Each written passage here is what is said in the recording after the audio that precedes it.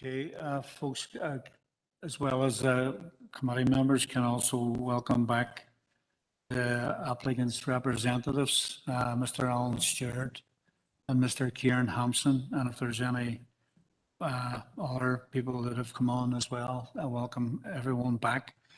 On behalf of the committee and as chair of the committee, there was a proposal put and seconded to the floor that this item be deferred until the issue of distance was clarified. And our endeavour is to bring it back to the next committee meeting of Health and Communities, which will obviously be held in October. And council officers will liaise with yourselves in relation, and also with the objectors in relation to that happening in October.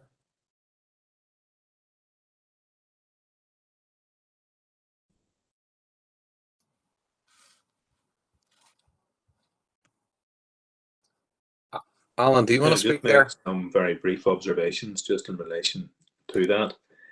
Can I put on the record that the applicant does not agree to any deferment or adjournment of the application?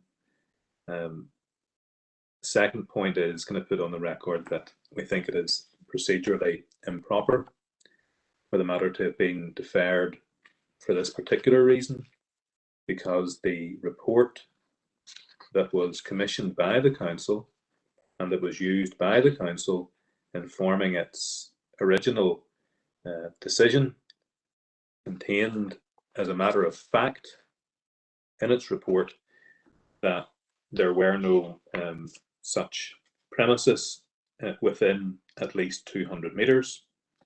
The applicant can't deal with these matters on the hoof, as it were, and presumably this report was adopted at one of the council meetings, and so we effectively have a position whereby the council is seeking to reside from its own report that it commissioned and adopted in relation to the application, which is highly irregular, we say procedurally improper.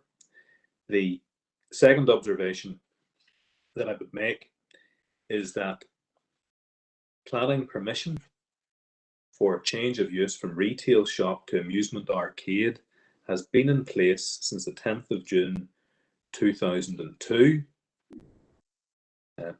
The amusement arcade has operated at the premises in question since 2005. The premises known as Winners is located certainly closer to the building outlined by Councillor Kearney than the applicant building is. The applicant's building at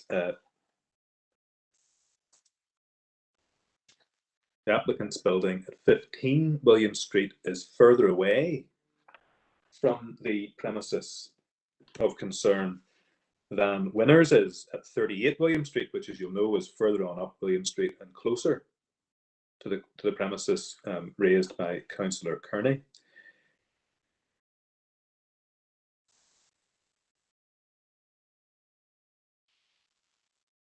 And in any event, come what may, paragraph 2.11 of the council report urges the council to remember that it is not bound as by way of tramlines to its own policy, and if it appears appropriate or necessary and the exceptional rationale for deviation is clearly presented, then the council can depart from the policy.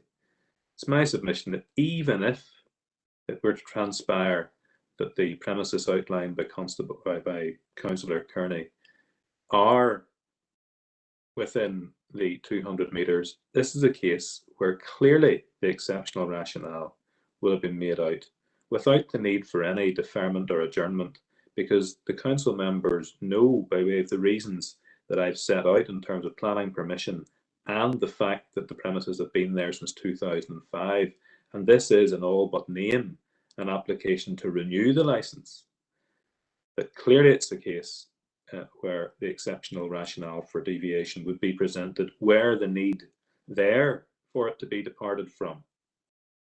So for all of those reasons, I say the members should deal with the application today and determine it today. And if that is not what the members decide, then we would like our objections placed on the record.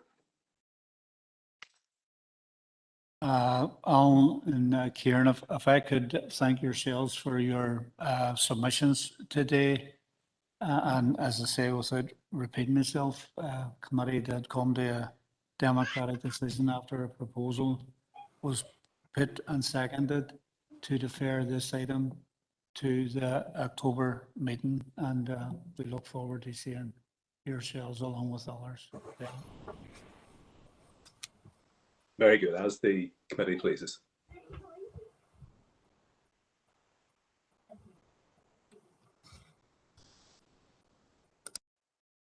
Members, moving on, and just conscious, and moving on to item number, which was down as number 5, the deputation, and I'll introduce the deputation very, very shortly.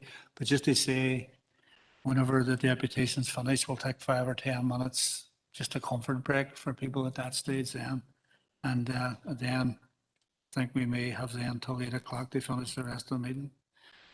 In terms of the deputation, could I, on your behalf, welcome Daniel Holder, Deputy Director, and Eliza Browning, New Decade Human Rights Project Coordinator from the Committee on the Administration of Justice, relating to Council Motion C130/21. And this was obviously around issues of policing within the city, and I think on this particular occasion within Reagan. So if I could welcome Daniel and Eliza to address the meeting, please. Thank you very much, Chair. I think we have a PowerPoint presentation that council officers are going to put up and go through that you should have copies of. That can be shared on the screen now. Yes, Daniel, and we can hear you clear enough.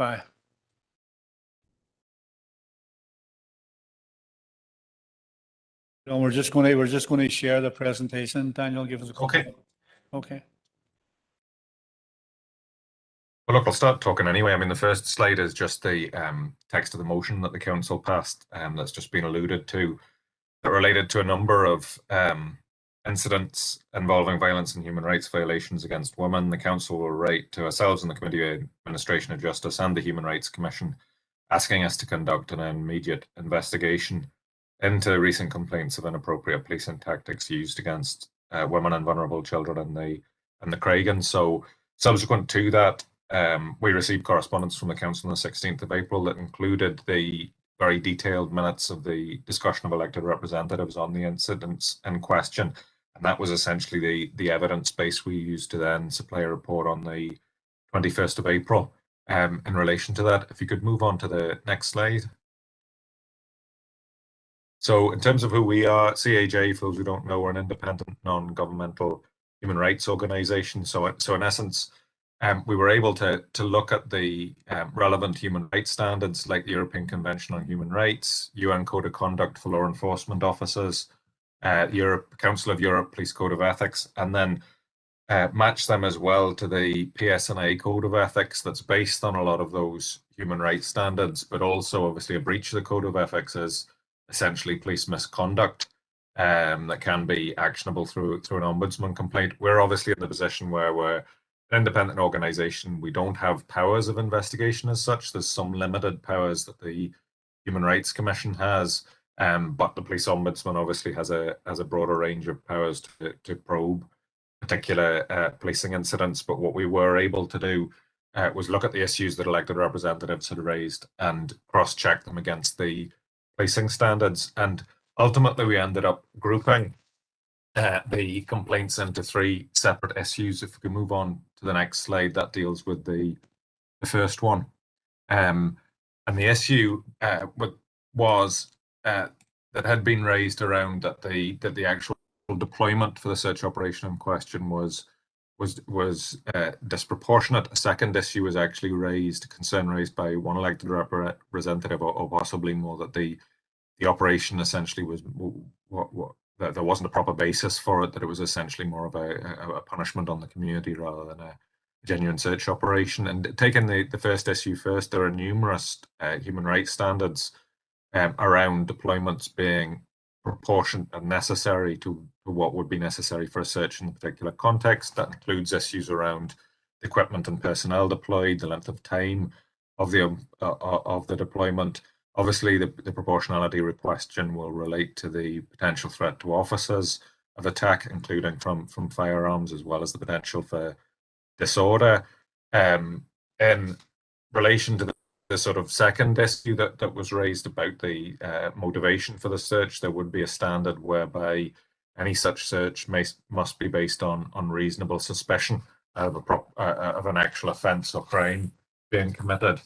I suppose moving back to the first issue, yes, it's clear there's a general threat to the lives of officers. The question would be, was that proportionate in the circumstance? And certainly it's difficult to determine that just from a paper-based exercise. It's something the Ombudsman could probe further. However, it's notable, if there's been subsequent searches in the same area, or even previous searches where there was a much more limited deployment, then that would obviously give weight to the concerns that this was far too heavy-handed and was disproportionate as a deployment. And in terms of the second issue about the motivation for the search, it would require probing the background documents that led to the search, which only the Ombudsman would have the powers to do.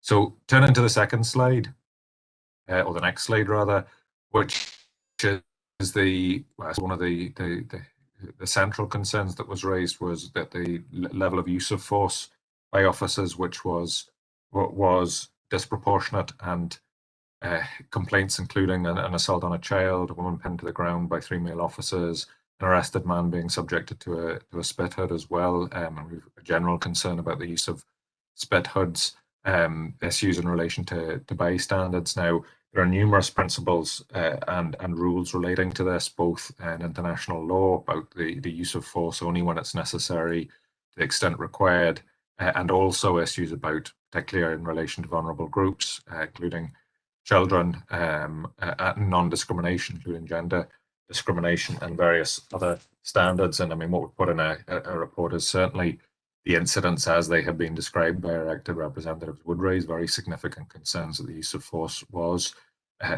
disproportionate, including the issues that have just raised. And if they were substantiated, that it does appear they'll have certainly conflicted with the Code of Ethics and could be subjected to disciplinary matters if there was an investigation. So turning to the third issue, which is on the final slide, is a broader issue around allegations of officer conduct being unprofessional and inappropriate.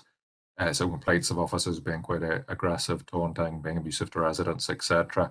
I mean, clearly, if such things were substantiated, they would conflict with both standards in international human rights law and the PSNA Code of Ethics. And we've included some of the extracts from that in there. Now, I appreciate I've canted through that, but I was conscious you do have a lot of business and you do have the report in front of you. So happy to take any questions on it. Thank you. That's the end of the slides as well.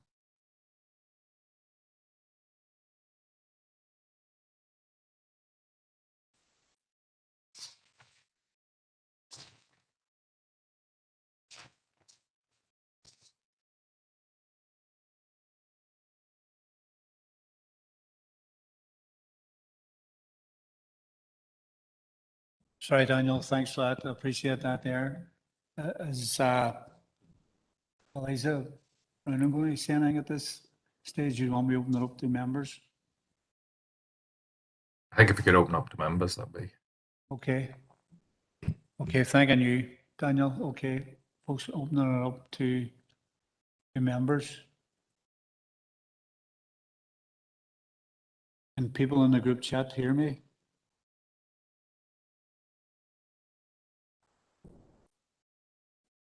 Councillor Doyle, Emmett. Thank you, Chair. Can you hear me okay? Yes, Emmett. Perfect, thank you. Daniel and Eliza, appreciate you coming before the committee today. I'm not a member, but one of the motions that was raised at the time with regards to this particular incident in Craigan at the time was mine. And, you know, we have, as a council, tried on a number of occasions to seek to address some of these issues because it's been fairly clear, and it would be the feeling from most people that I speak to that whenever an issue like this arises, there's no point in complaining to the police ombudsman because you know, I've done it myself in the past, and I'm sure you know from all the cases you would have seen that you end up getting a letter back either saying yes, this has been upheld and we've, you know, initiated proceedings and that's the end of any information you get, or no, of course, no action is going to be taken. Now, just to, I suppose, maybe give you a bit of information since then, we've, you know, I've tried to have the district commander brought before this council to raise these issues directly, because not only is it entirely unacceptable for these things to happen, but the offshoots of that are obviously the people out there who may seek to continue to engage in violence are able to point to these incidents and say, you know, with regards to the PSNI, we told you so. And obviously that's something that we want to try and tackle. We've been told a number of times that no, the district commander won't come before us. He was actually at one stage coming and pulled out at the last minute. We now have a new district commander, and you know, we, I think, are all very cognizant of these situations happening more than once, certainly more than once in different areas around the city. We've tried to play ball with the PSNI with regards to trying to get them to understand exactly what we're saying, you know, and to show that they are, as they say, accountable. We've had no luck with that. And, you know, I've said before, it's almost like we as elected representatives are backed into a corner because it's quite hard to go out and say to people, we can hold the PSNI to account when we can't. So, I mean, in terms of your expertise, I would be interested to hear, you know, where do you think we should go next, or how should we, you know, deal with these ongoing issues? Because as far as I'm concerned, this is, you know, it's almost a very sad merry-go-round. You know, we have people that, you know, on one side we've got the police, who are, well, not liked in many areas of the city, nationalist areas in particular, and certainly growing in unionist areas. And then we've those then who know exactly how to capitalize on the fact that the police do go into certain areas and act like a, you know, bunch of lunatics, like we have seen in that particular issue. So I would be interested to hear your opinion on that. Thank you. Thanking you, Councillor Doyle. Daniel, if I could ask you, there's a number of councillors indicating if I could maybe take them in numbers and then come back to yourself at certain intervals. So if you could take a wee note of what you're been asked or what you want to comment on. Okay. So next councillor is Councillor Kiar. Sean. Thanks, Chair, and thanks, Daniel, for that presentation. When I put this notice of motion through 6 months ago now, I said at the time there should be an investigation, and I'm saying today again, there still should be an investigation what happened that day in Craigan.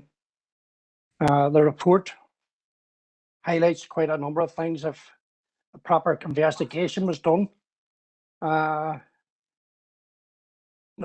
their code of ethics that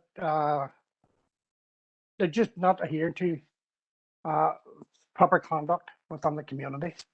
And I acknowledge the report that perhaps not quite, and it didn't go far enough.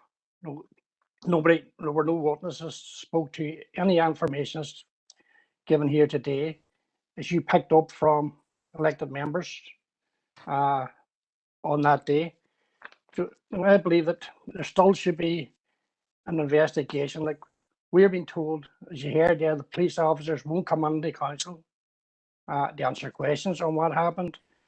We're told there are mechanisms in place, the PCSP, Policing Board, Ombudsman, and the Human Rights, who didn't even send a report back when requested at the same time as yourselves, and that's why I compliment yourselves and coming in and giving your report.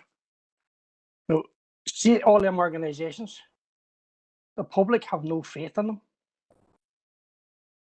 So people's not going to them with complaints.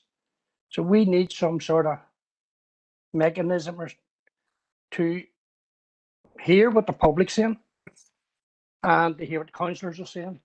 And Chair, I have a proposal, like with the other people. I'll put it on the chat. I'll send it through and we'll hear what our people, and I'll go through the proposal then. But look, I'd just like to thank you for coming in, because see, there's nobody else see what you want to know what's happening to the public, particularly that the public in Craigan, where it is ongoing nearly on a daily basis. So I'll put my proposal, Chair, if you want to move on. And you, Councillor Carr, thanks, Sean. And if Daniel, I'll take two more, and then I'll come back to yourself, and then Okay. there's another number of councillors as well. Councillor McGinley, Emma. Thanks, Chair, for letting me come in. Firstly, I'd like to thank CAJ for the report and Daniel and Eliza for bringing this presentation to the council today. Look, it's no secret that there is issues with the approach and the attitude of the police whenever it comes to Craigan. What we need to be seeing is a police service that serves the entire Craigan community, and not one that serves and polices a small number of individuals, which is what we're seeing at present. As a party, Sinn Féin have and will continue to call out and challenge poor and political policing as and when we see it, and our track record's clear on that. The search operation that's investigated in this report shows that it was disproportionate, that the force that was used was disproportionate, and that officer conduct was unprofessional and inappropriate, and that'll come as no surprise to people here in Craigan. Unnecessarily heavy-handed political policing needs to stop. Since this incident, we have seen some improvements in the style and tactics that are being deployed by the PSNI in Craigan, and as a party we'll be working to ensure that any changes in the PSNI hierarchy will not prevent the people of Craigan receiving a human rights compliant police service. The questions that I'm getting from people in Craigan here are, why is it the case that Craigan's being policed differently to other areas of the city and district? And do the people of Craigan not deserve fair, accountable and proportionate policing in the community? Because I believe that we do, and Sinn Féin will be continuing to push for this for my good. Thank you, Emma. Councillor Donnelly, Gary. Chair, not a member of this committee, but thanks for allowing me to speak. Thanks, Daniel and Liza. I when this motion came before council, I was sceptical initially, and once this report has landed in, I have to say that position hasn't changed. It's a very weak report, but I do understand and accept that your powers are severely limited, and that's not by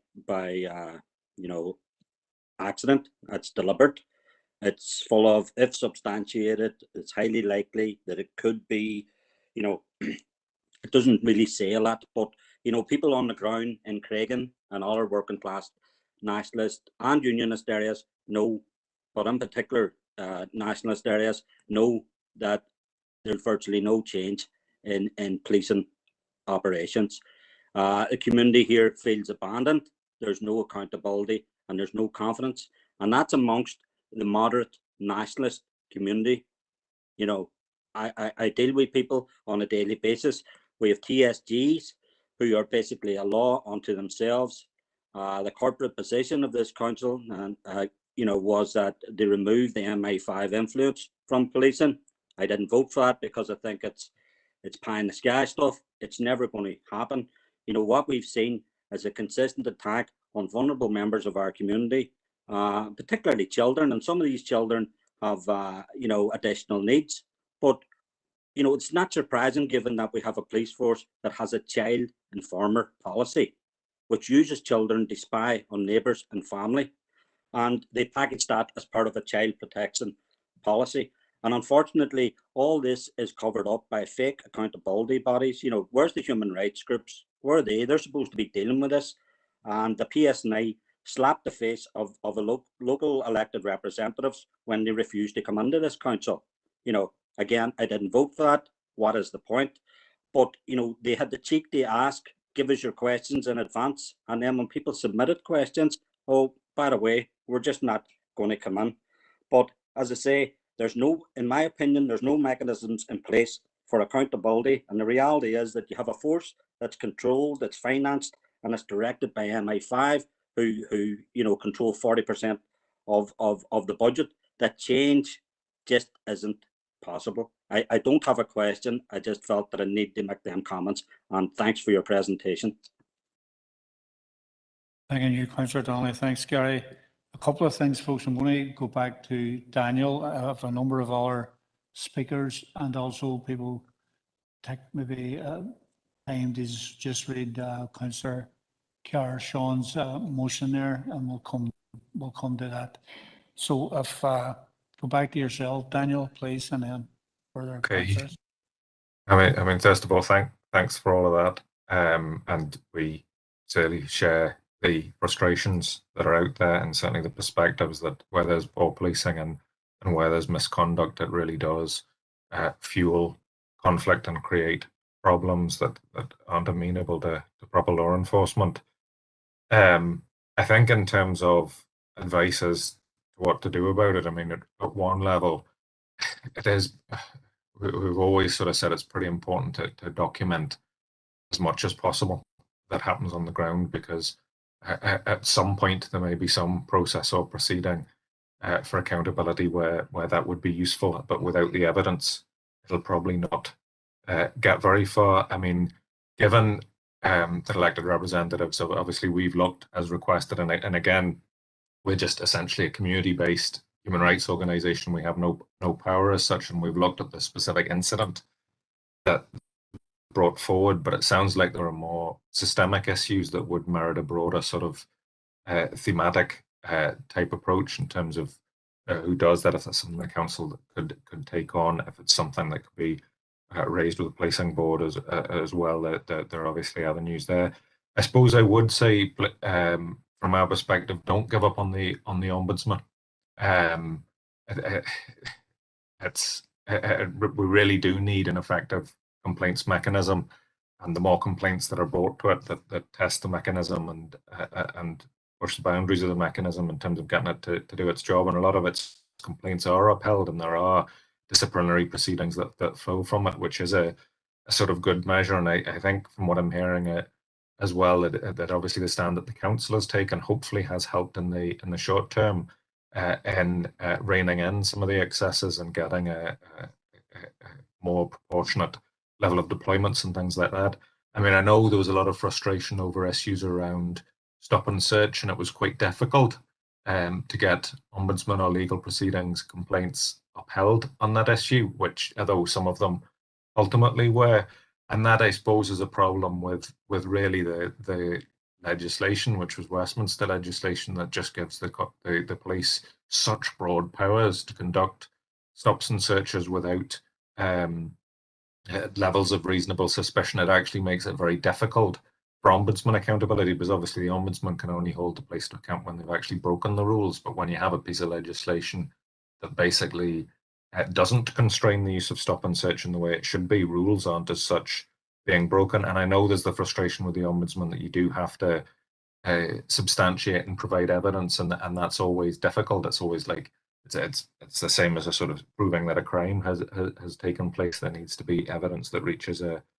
particular threshold, but I certainly would not give up on the ombudsman, particularly if the level of evidence can be gathered. I think that it really only is the ombudsman that would have the power to deliver that. In terms of the broader accountability mechanisms, certainly, yes, we would be of the view that yes, the police should make themselves accountable to local elected representatives, including the council. Now, I know there is PCSP as well, but certainly when you go back to the pattern review, the PCSP in our view is a lot more limited than the type of local accountability mechanism and through a district policing partnership than was originally intended by the pattern review, and that's something politically that would really need strengthened to bring it up to what it was actually supposed to be, so it can be more effective. And I think in lieu of that, it does give another strand to the argument that the PSNI should be making themselves accountable to local elected representatives who are essentially trying to sort out the problems that are on the ground, so that policing can proceed in a human rights compliant manner as it's supposed to. I'm back to you on that, Chair. Thank you, Daniel. Folks have 3 further speakers, Councillor Gallagher, Councillor Harkin, Councillor Tierney, and just before maybe hearing from Councillor Gallagher, in terms of Sean's motion proposed by Sean, is there a seconder? Councillor Harkin seconds the motion, and I have a few more speakers indicating, but for now, Councillor Gallagher, Paul. Thank you, Chair, for letting us in.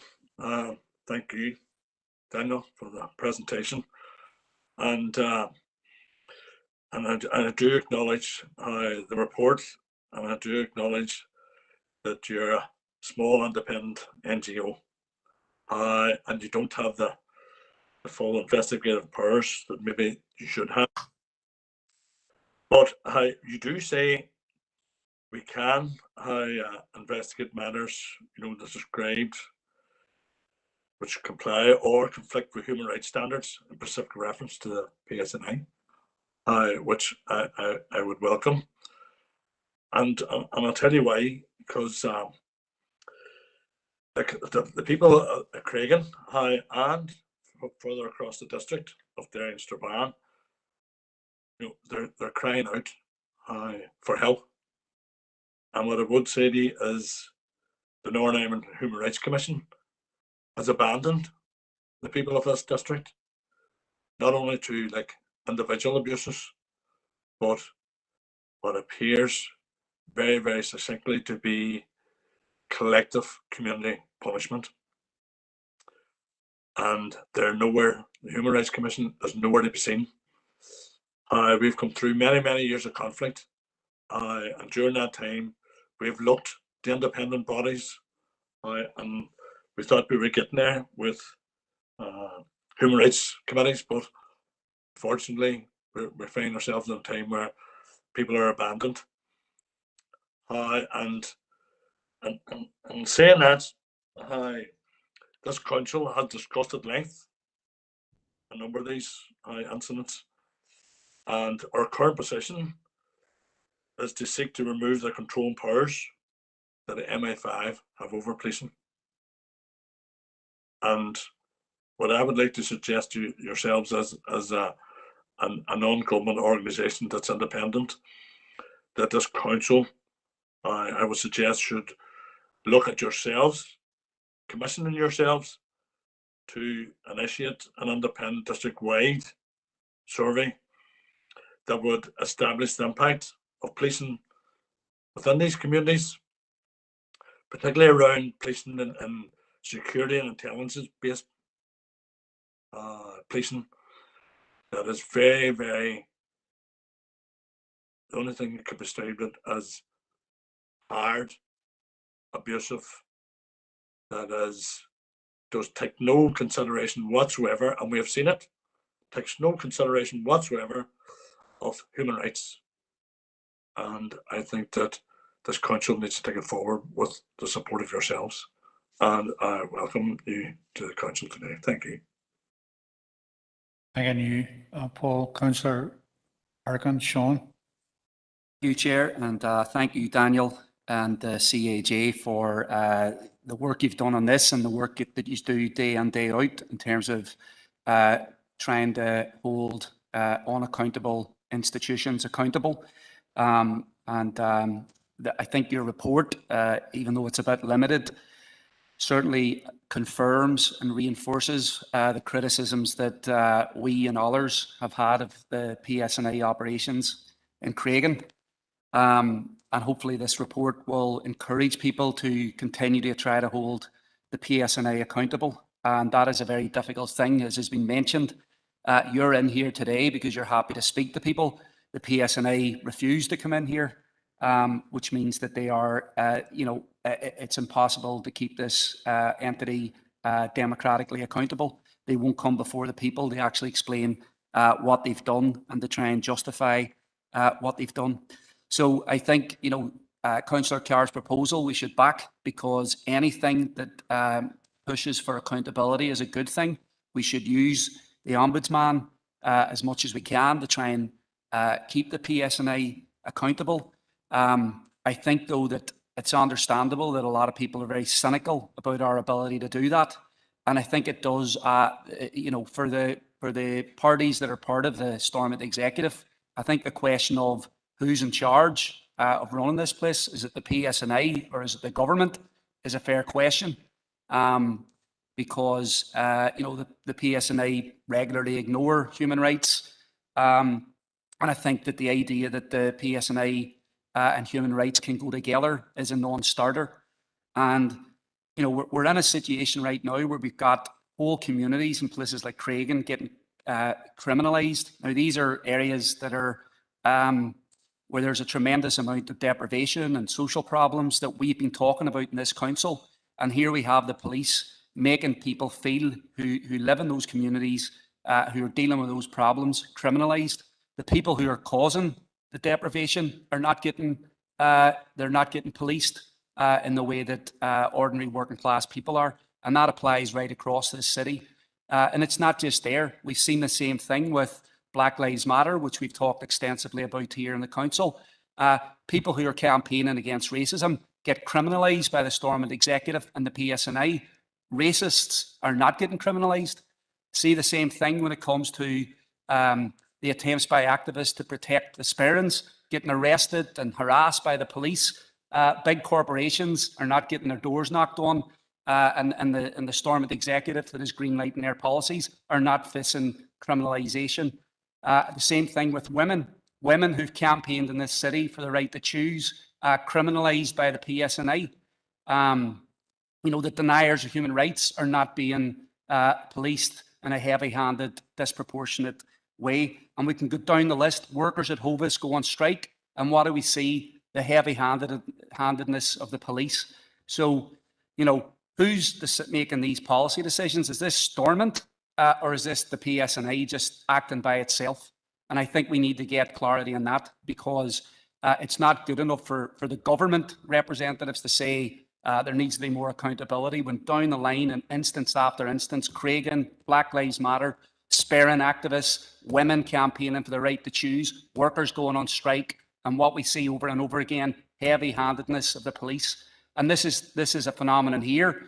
And then we see the same thing in the south, workers campaigning for a decent redundancy settlement, lifted and dragged it off picket lines by Fianna Fáil and Fianna Gael. Is that Fianna Fáil or Fianna Gael, or is that the Guards? So there's a dishonesty going on here in terms of, like, I believe in terms of, we have a government that will not hold the PSNI accountable. It's not clear who's setting policy. And we have a situation where no wonder there's a distrust and cynicism about holding police forces accountable. And this is a discussion here, but it's also one that's happening internationally. So again, Daniel, thank you for your report, and I encourage CAJ to continue to do the good work that they've been doing. Thank you, Councillor Harkin. Daniel, just to say, you have 5 more councillors, aldermen to speak. Councillor Tierney, Brian. Thank you, Chair, and thanks to Daniel and CAJ for their attendance here today, first and foremost, but also their work on this report. As a member of the SDLP, we're continuously engaged with the PCSP and the Policing Board, and our representatives are there, whether people agree with it or not, are there to hold the PSNI to account when we see officers' conduct as unprofessional or disproportionate, as the report finds. And a lot of the conversation today is around the incident in Craigan, and I appreciate that that's where this motion came from at that particular time, and that's where the report focuses on.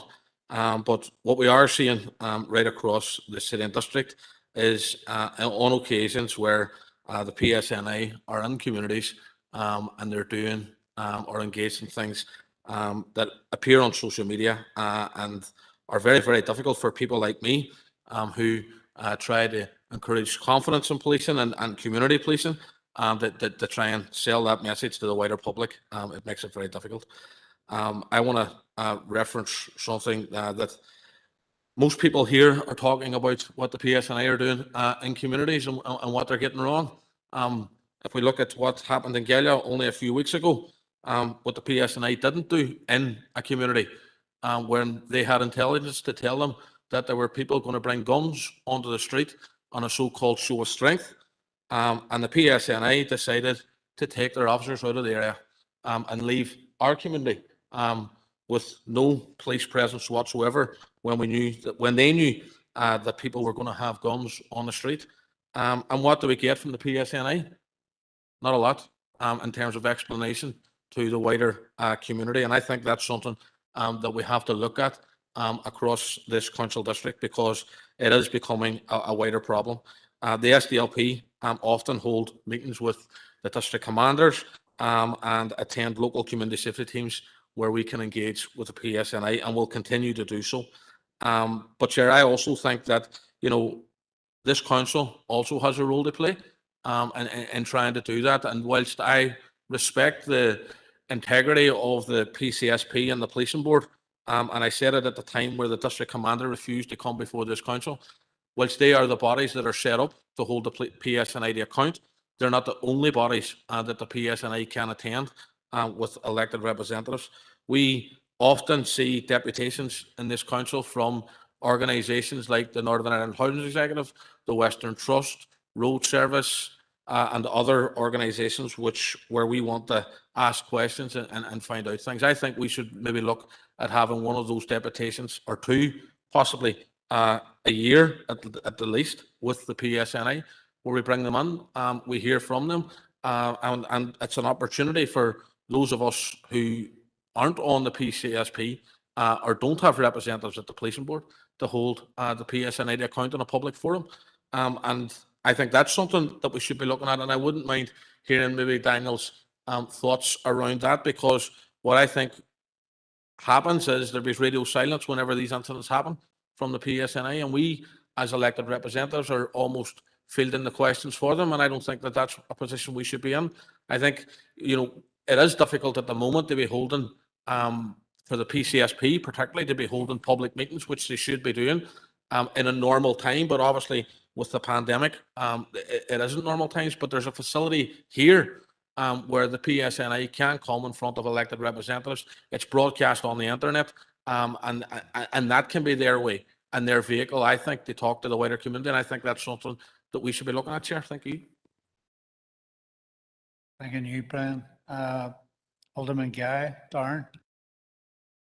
Chair, look, there's no doubt that policing's always been a complex issue in Northern Ireland. In my eyes, it's far too politicised. But going back over what Councillor Tierney spoke about there, the incident in Galia, when basically the police got it wrong. There's no doubt they did.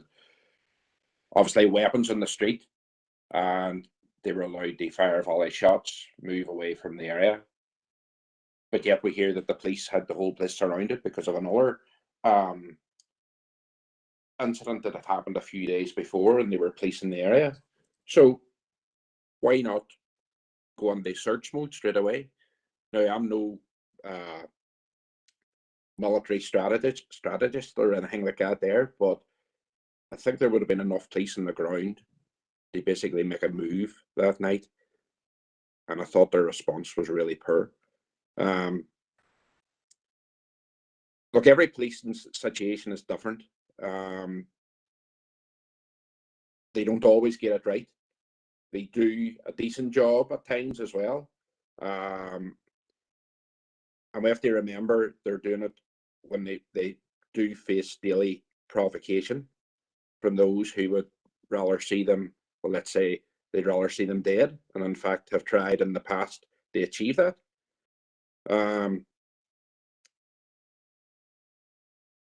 If we have no threats from terrorists, then the PSNI would be able to instigate better community policing, which is what they're trying to achieve. They can only learn, as we say, they learn from their mistakes, perhaps, and it's more openly now when everything's caught on mobile phones and stuff like that. Their mistakes are highlighted more. and they do work under duress. And we have to remember police officers have human rights as well. I don't agree with a lot of the things that happened that were caught on camera, but in the face of provocation, and I have witnessed the provocation that they have had to put up with, and they have dealt with it in a very, let's say, delicate, and I thought they actually dealt with it well. I actually congratulated them on an incident I seen in the Diamond area during a Somme commemoration. But they definitely don't get it always right. We should always hold them as elected representatives. We should always hold them to account, and we will.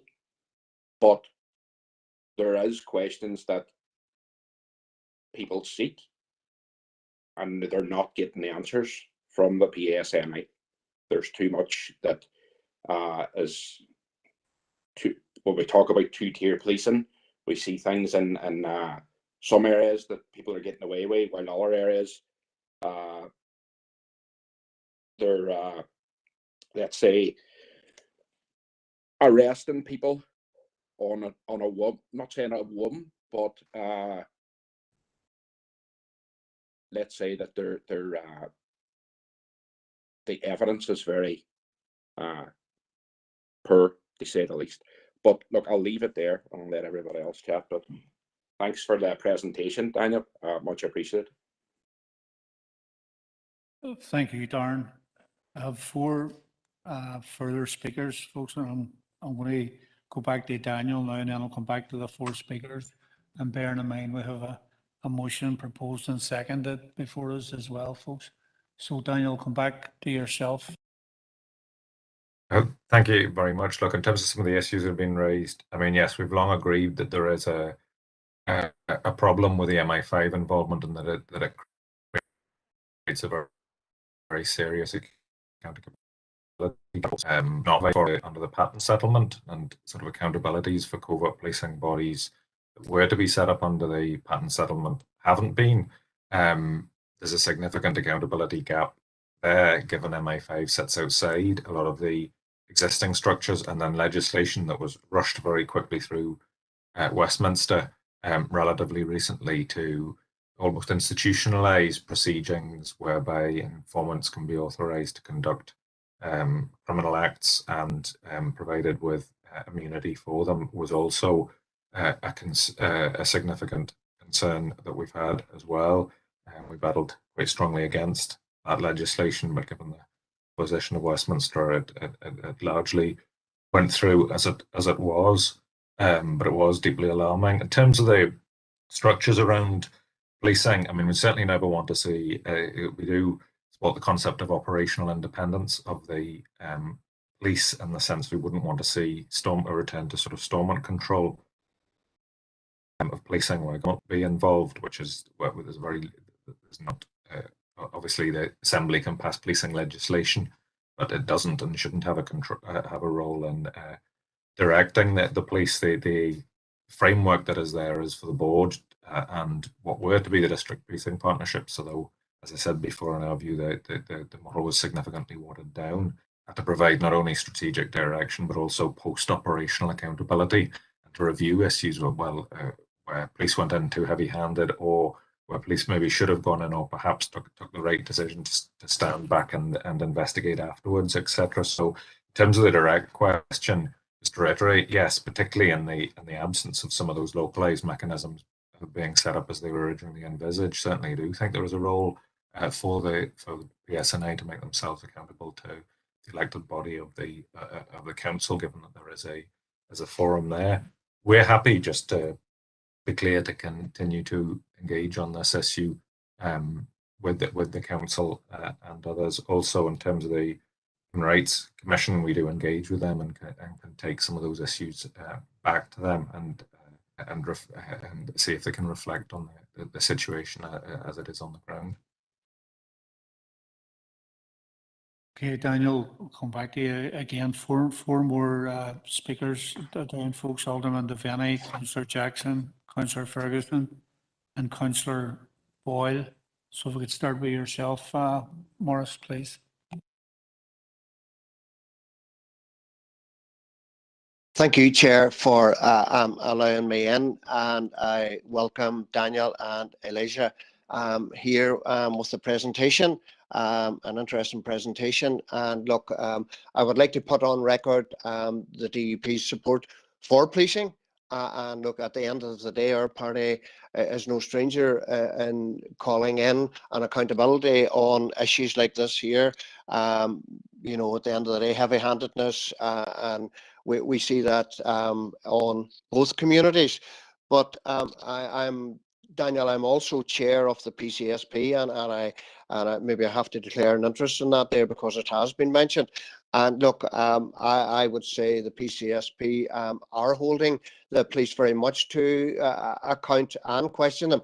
The problem with the PCSP at the moment, Daniel, is that we cannot go live with our meetings, and we can't go public with them because if it was in a public arena, generally they go around different venues or areas that we host, and the public can come in. But you know, that was fraught in years gone by with activity by dissident Republicans trying to stall the meetings, and we understand that there. You know, I also want to just mention in around some members of the committee here, or maybe not members, but some councillors have mentioned today that this activity is going on a daily basis. Now, I would question that, and I would really need evidence to back that up. I think we must allow our police to do their duty at the end of the day.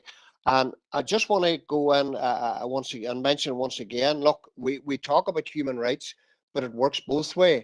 It works for in this case, the people of Craigan, whose house was being investigated that day. And I also would say that, look, you have human rights for for police officers as well.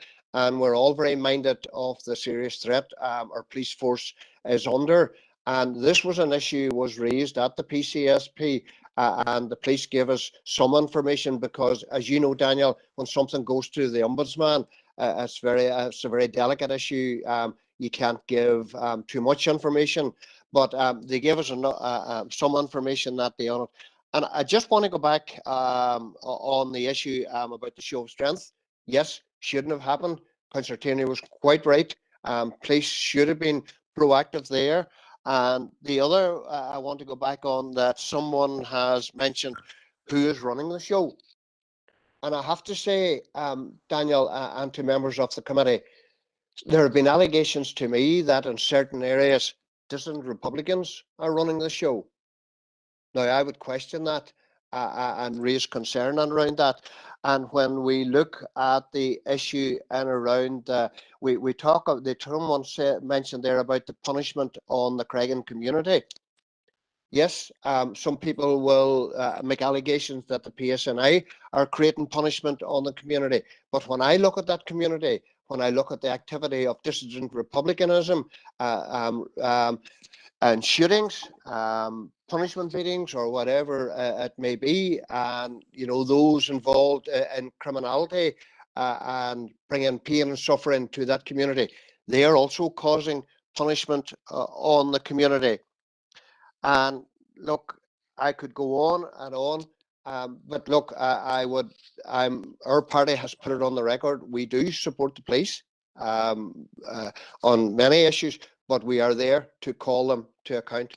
Thanks, Chair. Thanking you, Morris. Councillor Jackson, Chris.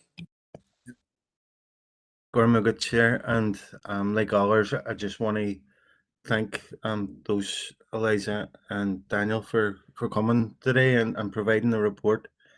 And I suppose just in relation to the report shows us that it shows us what standards we should expect from policing. And I suppose the fact that there was a motion, the fact that there's been this level of discussion shows that those standards aren't always met.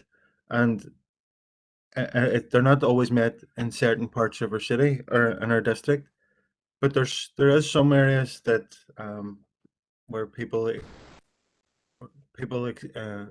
enjoy high standards of policing. And I think the point that's been reiterated numerous times is that seems to be two-tier policing. But there certainly had been over many years two-tier policing rolled out within our city, and we've seen how Craigan in particular was policed different than anywhere else. And that's something that whilst I know Emma had spoke to it earlier and spoke around some of the improvements that we've made, but there's been massive damage done in terms of confidence in policing, and we all have a role, but most importantly, the police have a role in terms of repairing that damage. We've Daniel, whenever you mentioned around the restrictions of yourselves and providing the report to council, and I completely understand that. And I suppose you don't have the power to investigate it, and to investigate and determine an outcome. But one of the things that I would like to point out is that there's been many examples of unprofessional, aggressive policing. There's far too many examples for it to be a coincidence. So, and that in turn has had a massive impact and confidence in policing, not only in Craigan, not only in the city, but right across our district. So, in terms of the proposal that's been seconded, I think if we're going to get to a place where our ratepayers, the citizens of this city and district, have confidence in policing, we need to first establish the impact that poor policing has been having on them. So we believe that there is merit on a district-wide survey, but we do take issue with the fact that there's currently it's currently devoid of scrutiny or accountability. I'd just like to remind everybody that the current accountability measures that are there through the PCSPs, that are there through the policing board, they've been hard fought for. And we can't, although we should always strive to have improved and increased accountability in all public services, particularly in relation to security services. But so whilst we should always improve and strive to improve, we can't ignore the fact that the accountability services or mechanisms that we've got in place are there, and that they were hard fought for. So we would have, as a party, we would have issue with that last section. And I know I'm not a member of the committee, so I can't make a proposal, but I would sort of urge the rest of the committee to be mindful of the gains that we've made and the changes that we've made in terms of about inserting and ensuring that there is accountability. And again, if there's any lessons that we can learn in terms of improving the accountability and improving the services that are provided to our city and district, that's something that we should always explore. And in relation to the PCSP, because it was very disappointing that the district commander refused or declined the invitation to attend council and address the concerns of elected members. But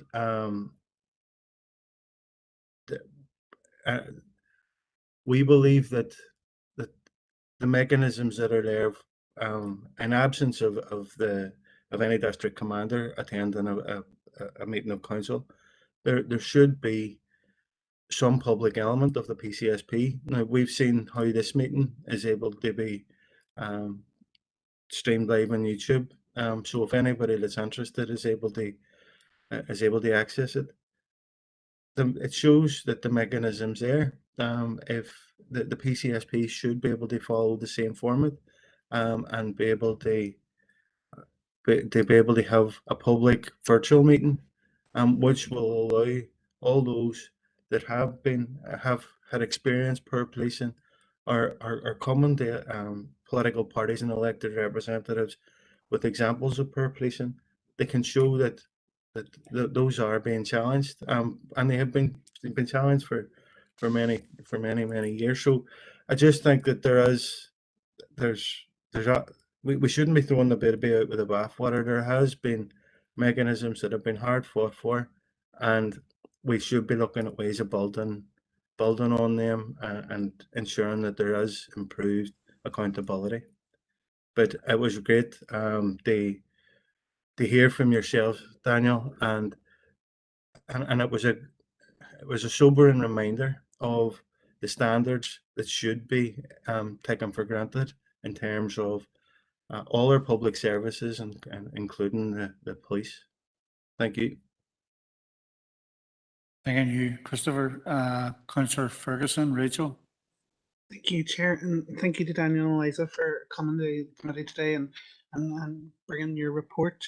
You know, I think you've heard of many incidents highlighted today within this committee and this debate of where policing and the confidence is shook within our city and district, and that is unfortunate, and you know, there's no getting away from it. But there's also incidents where great policing has happened and it's been let down by those poor incidents because, you know, it hasn't been followed up on. People don't feel confident in the structures.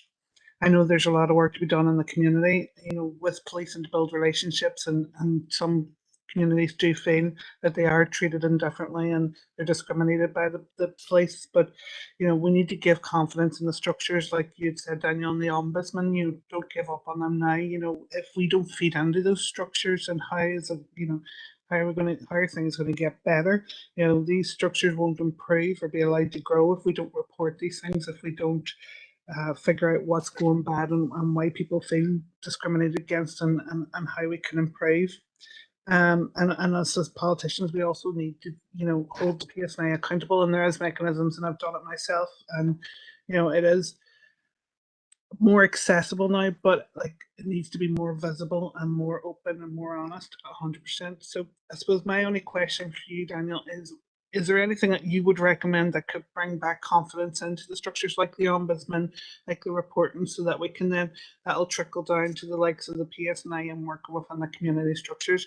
And on Councillor Carr's motion, again, I would like to propose a slight amendment, where I have no problem at all that this council should proactively commission an independent district-wide survey to establish the impact on policing, but within our city and district. I don't think we should curtain tell it or go straight into the basis of just particular areas. I think it needs to be within the whole entire city district so that we can see the impact, because some communities don't necessarily speak out whenever they feel disenfranchised with the PSNI, and some don't have as loud a voice in the representation. So I think it needs to be city and district wide. But thank you, Daniel. Thank you, Rachel, and we'll come back to your amendment. I just want to hear it the last couple of speakers. Councillor Boyle, Michaela. Thank you, Chair, and thanks to Daniel and Eliza for the presentation. Also, a lot of content in the presentation is certainly food for thought, and I do appreciate the limitations of your organisation. I suppose just, I don't want to labour on what's already been said, but I suppose just for myself personally, I just want to outline a few things in terms of policing across the city and the district and district-wide, and perhaps we could just say across the north. I don't believe we should, I don't believe the police should portray poor policing standards just because they believe that there's a tit for tat going on, that some organisation within a community is a scourge in the community, and that they feel the need to come into that community and display poor policing as a result of a particular organisation or a grouping that they perceive to be in that community. Going back to 1993, this This here could have, Craigan could have been Ballycoman, it could have been anywhere, but going back to 1993, the PSNI came into the community that I lived, was the RUC then, and similar type of activity went on.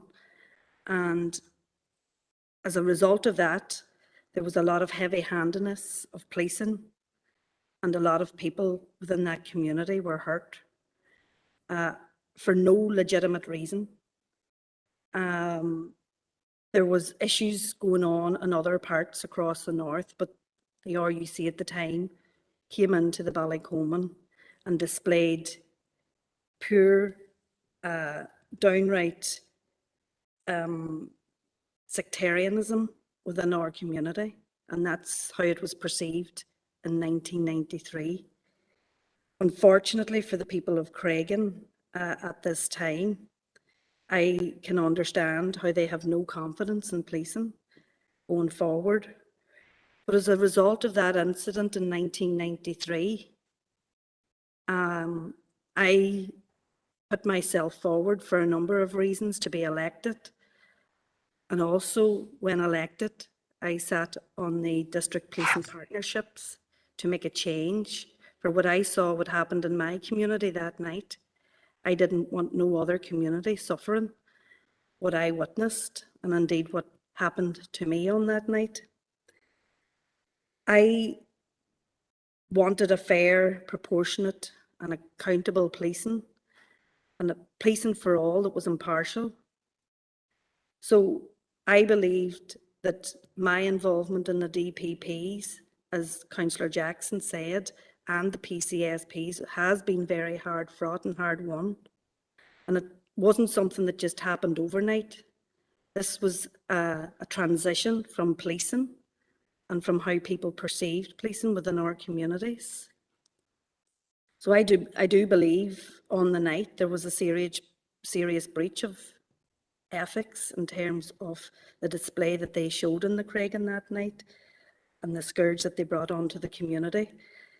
So what I'm saying and where I want to go to is they are now in place scrutiny measures. I do understand some people in our communities don't believe that these scrutiny measures stack up, but I'm involved in them, and as is others in this chamber and on the call here this evening, and we do hold them to account. We call them out whenever they need to be called out. And in some cases where we have to stand up and say they've done a good job, we'll do that too. But I can fully understand why the people of Craigan and other people across this district have no confidence in them at this moment in time. But I want to assure people that myself and my party colleagues on the policing partnerships are doing everything we can to hold them to account for our communities. I know I've heard people talk about PCSPs and they're talking shops and they're this and they're not public and they're not transparent. They are, obviously because of COVID, they can't be transparent public at the minute, but they are. You can ask the question. We don't sit behind written questions that people put in front of us to ask. We ask our own questions of the police and we hold them to account. So that said, Chair, whilst I do, Councillor Carr's proposal, I would also like to just make a slight amendment to his proposal. And in the last sentence where it is in paragraph, which is currently... Sorry, Councillor Boyle, there's already an amendment and I'll come to deal with them now in a minute. So if you want to write your amendment up. Okay, thank you, okay? Chair, I will do. Thank you, okay. Thank you. Sorry?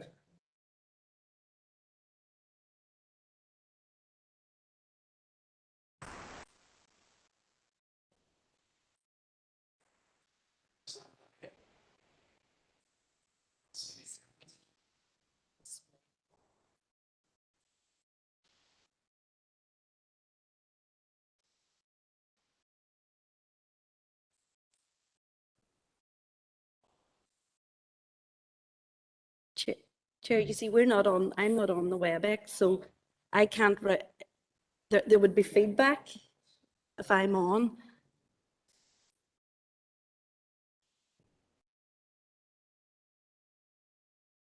Chair, can I come in there? At Business and Culture, we were asked to send it through the committee an email for any proposals.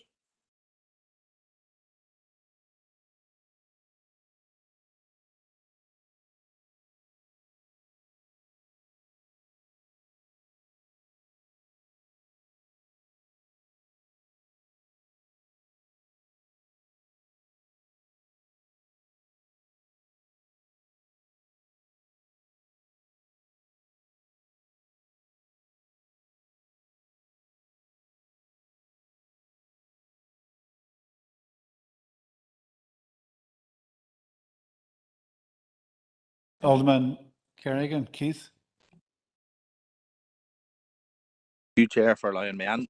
Chair, just briefly there, in relation to the proposal or the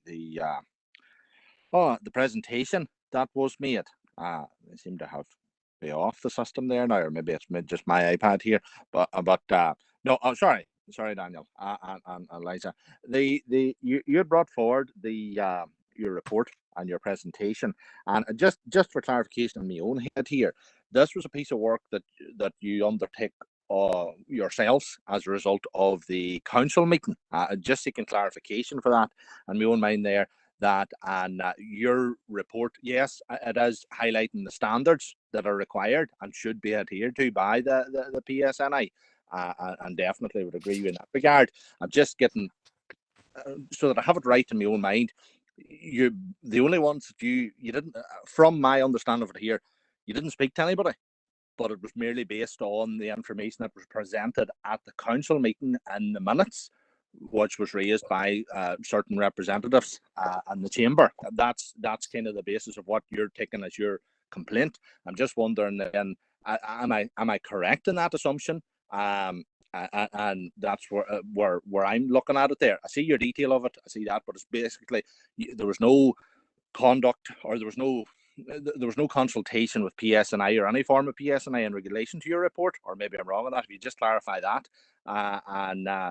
just as maybe it has really been touched on there, your advice of a follow-on or what the next step would be in your opinion. But that would be a question for yourself. But Chair, just to further comment there on, I would seek, Chair, I see Councillor Carr's proposal there. And again, I suppose if we need to declare membership of the PCSP, as I say, I'll declare as a member of the PCSP, as Alderman Devaney's declared as chair of the PCSP. But do you also have difficulty, with the last statement in brackets, which is currently devoid of any scrutiny or accountability mechanisms?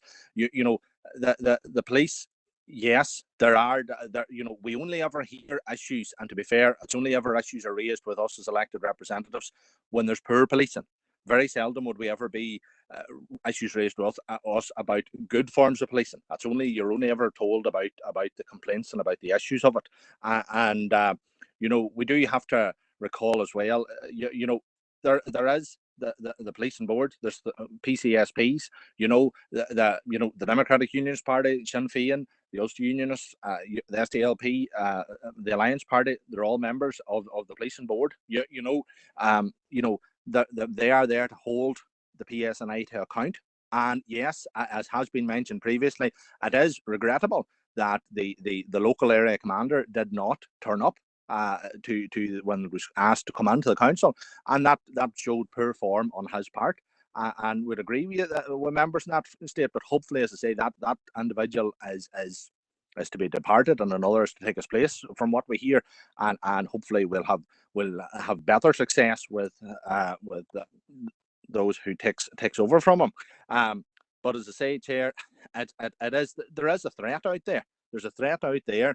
And there has been PSNI officers. There have been PSNI officers that have been murdered. Again, we know the history of it, Chair. We're not going into the back of it to do with there's 319 officers there you see murdered and over 9,000 officers injured. At that stage. Now, thankfully, we've moved on from that, and political parties have brought into the process, and we are holding the PSNI to account. I would have a question, Chair, and I don't know if we can take legal advice. The question is, council should proactively commission an independent district-wide survey. Who's going to do this survey? And how widespread is it? What cost implications are going to be put on council as a result of it? Do we have the authority to carry out such a process? And I would just like some legal advice on that, Chair, if that's at all possible. Thank you very much. Thanking you, Keith. In relation to legal advice, my understanding is that the City Solicitor, Philip, left the meeting earlier on. I don't know, is there any way to get legal advice before this finishes out tonight, as we move towards looking at the motion? The other thing I should say, and I've declared this on a number of occasions, I'm a member of the PCSP myself. Daniel, could I ask you to come on and at this stage in relation to them last number of councillors and older people who spoke in relation to it, and then, as I say, I'll move towards dealing with the motion and the amendments. Certainly, thank you. To reflect on some of the points then, I suppose one reflection is, and just looking back at some of the things that would have happened maybe 20 or 25 years ago. I mean, we're 20 years into the PSNI now. It'll be the anniversary in November, and ourselves and other organisations no doubt will be holding events to sort of reflect on that. We do think we have seen significant advances and changes in that time, including in the area of policing accountability. If you look back at what there was then and what there is now, it's very significantly improved. And I mean, a lot of the rules that are in place, as we've set out in our report, are exactly what you want them to be. They're very solid. Yes, there are still questions about adherence to those rules on some occasions, which is the issue we're dealing with. We are also conscious that, yes, policing accountability that has been achieved had to be very heavily fought for by a lot of people, and including ourselves. And we always recall when the pattern review came out, and then the first bit of legislation to implement it came out, that it didn't look much like it, and it took numerous sort of crises to improve that and get that somewhere much nearer to what was originally intended. And many people would have been involved in a lot of micro battles that the public tend not to see to get things over the line and get things done. So certainly, yes, we think we're in a different situation, but there's still significant problems and gaps, especially in particular areas of policing, not just geographical areas, but particular functions. But we would echo the view that we can't give up on the accountability mechanisms that have been put in place. Yes, they don't always work. Yes, you can't always substantiate or prove things, but they are really the only show in town. There's no real alternative to making them work and working within them. In terms of some of the other points, yes, of course, we'd agree that everyone who's human has human rights, and police officers have human rights as well as citizens. And I think it is worth making the point that poor policing, of course, and sort of a disproportionate use of force and things like that, creating public disorder situations and things like that, increases the threat to police officers in those moments as well, and compliant policing reduces the threat. In terms of the issue about our own powers, yes, to be totally clear, we're a small organisation and a completely independent organisation with 6 members of staff. We have no powers, so therefore what we were dependent on would have been the information, and that's what's reflected on in the report, the information that had been provided by council and elected representatives in the debate at that point. We didn't. We have no powers to go and interview police officers who are, and they probably wouldn't have spoken to us, and you can kind of understand why, because if it's an ombudsman investigation, there is a sort of usual due process when you're dealing with allegations against yourself, etc., and all the safeguards around that wouldn't have been there. So we don't have the powers to interview or gather evidence and things like that. Those powers are only really vested in the ombudsman. I also say, as an organisation, in order to safeguard constitutionally, to safeguard our independence, we never take any public money, which means we're not we don't pick up sort of the big bits of work and reviews and things like that, but we are happy to engage and continue to engage on these issues in whatever way we can, and in terms of bringing hopefully a bit of a well perspective to them. I think that probably covered most of the points, Chair. So I missed anything. Daniel, thanking you, and thanks to Eliza as well for today and for the work which CAJ have been doing over many a year. Thank you very much on behalf of the committee.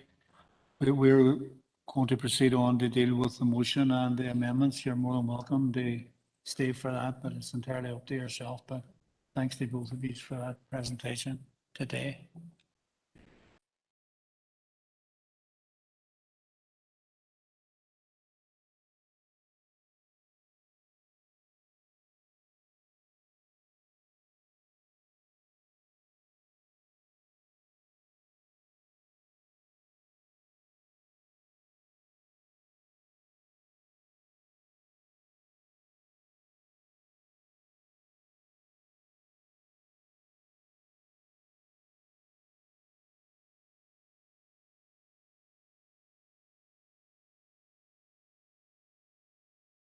A couple of things. It's a motion with 2 amendments and possibly more, and the practicalities of it now. So I'm going to ask Libby to put Councillor Carr's motion on the screen, and then I'll come to Councillor Ferguson in relation to the First Amendment. And I know I'll take the First Amendment. I know Brian wants to speak to the motion, as I'm sure maybe other people will want to do. And with regards to yourself, Alderman Kerrigan, Keith, there doesn't seem to be any advice, legal advice at this juncture. Obviously, anything decided today will go to full council. And I don't know if there's time, obviously, in between that, to seek legal advice on what's going to full council. Okay, thank you, Chair. Okay, thank you. So, members, if we get the motion up and then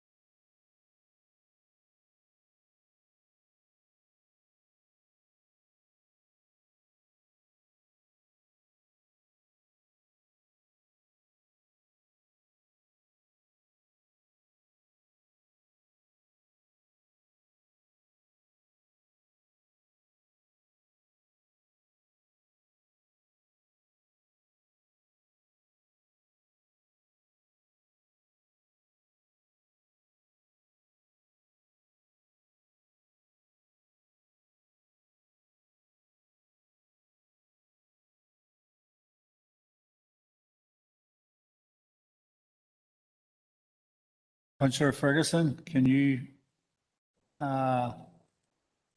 put through to us your amendment, please? May I speak on the proposal first, can I? Sorry, who's that? Sean Sean Kerr. here, can I get speaking on my proposal first before the amendment? Go ahead, Sean. Okay, thanks, Chair.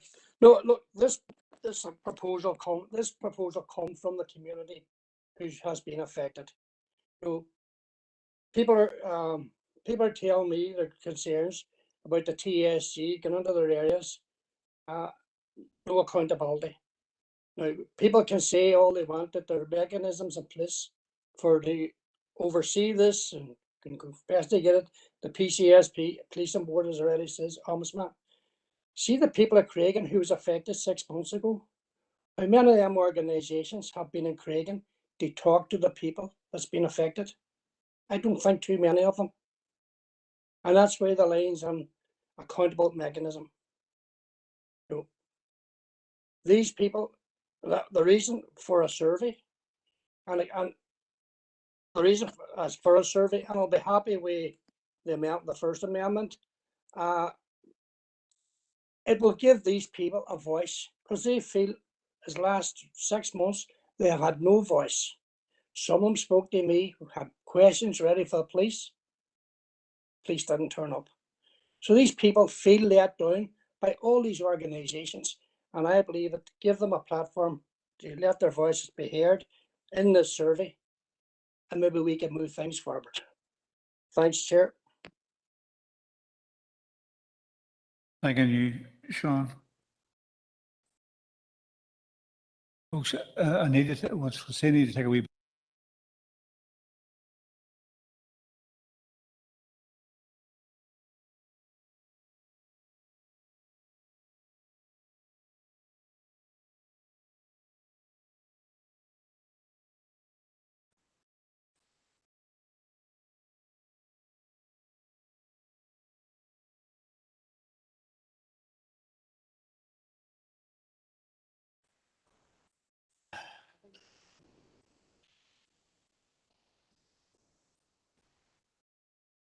Maybe you'll have to put the amendment up on the screen as well.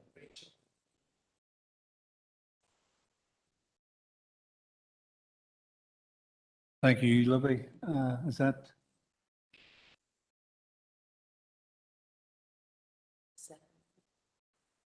Folks, have we a seconder for that amendment? Mr. Tierney, Brian? Of course. Thank you, Chair. I'm happy to second the amendment that we see on screen.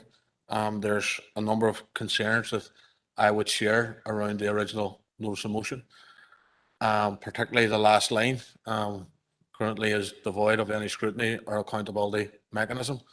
As I said in my opening remarks, and I didn't reference this in my opening remarks because I can't see the chat box and hadn't seen the motion. So apologies for that.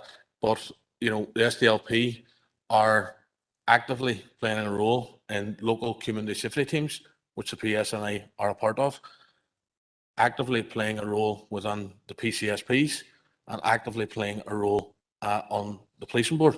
So for us to vote for a motion that says that it is devoid of any scrutiny or accountability mechanism flies in the face of the work that our elected representatives are doing on the ground. So that reason we can't. But I would like to know when exactly the PCSP became unaccountable, because the PCSP, and I think Councillor Michaela Boyle referenced it, was originally the DPP in all but name and then morphed into the PCSP. I'm pretty sure I remember the proposer of that notice of motion being a member of the DPP at that particular time. So I would like to know when it became unaccountable. When did that change happen? Because I think it's a very, very important part. The top bit, I would also have some concerns about in relation to who conducts a survey, how is the survey conducted, how much is it going to cost, what communities are we going to be serving, and things like that. So they voted through today without that information. I would be very, very sceptical and concerned about, and that's why I think the amendment fits better for today, because it's a lot clearer for a start. So on that basis, Chair, we will be supporting the amendment. Thank you.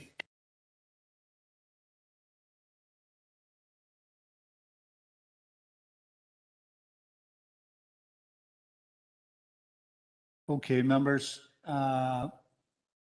people will have seen the amendment on their screen, and have all our speakers here, but we will move towards taking the amendment in due course.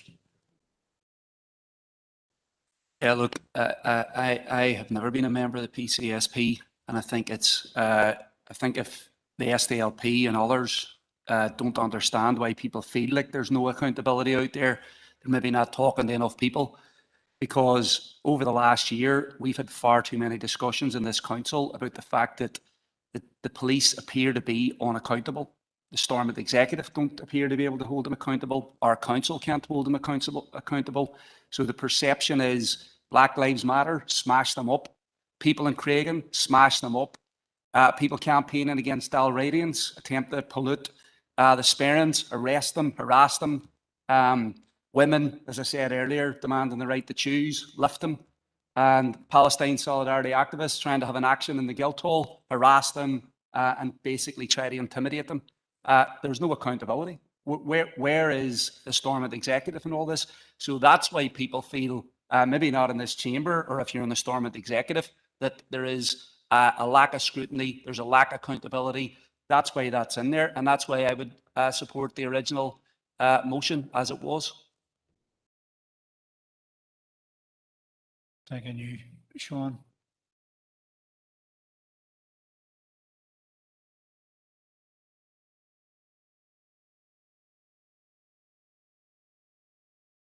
Councillor Boyle, Michaela.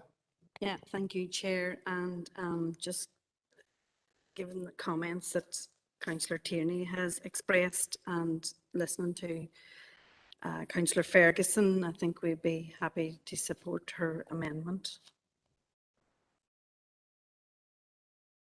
Any other speakers, members, before I move to a vote? We move to a vote.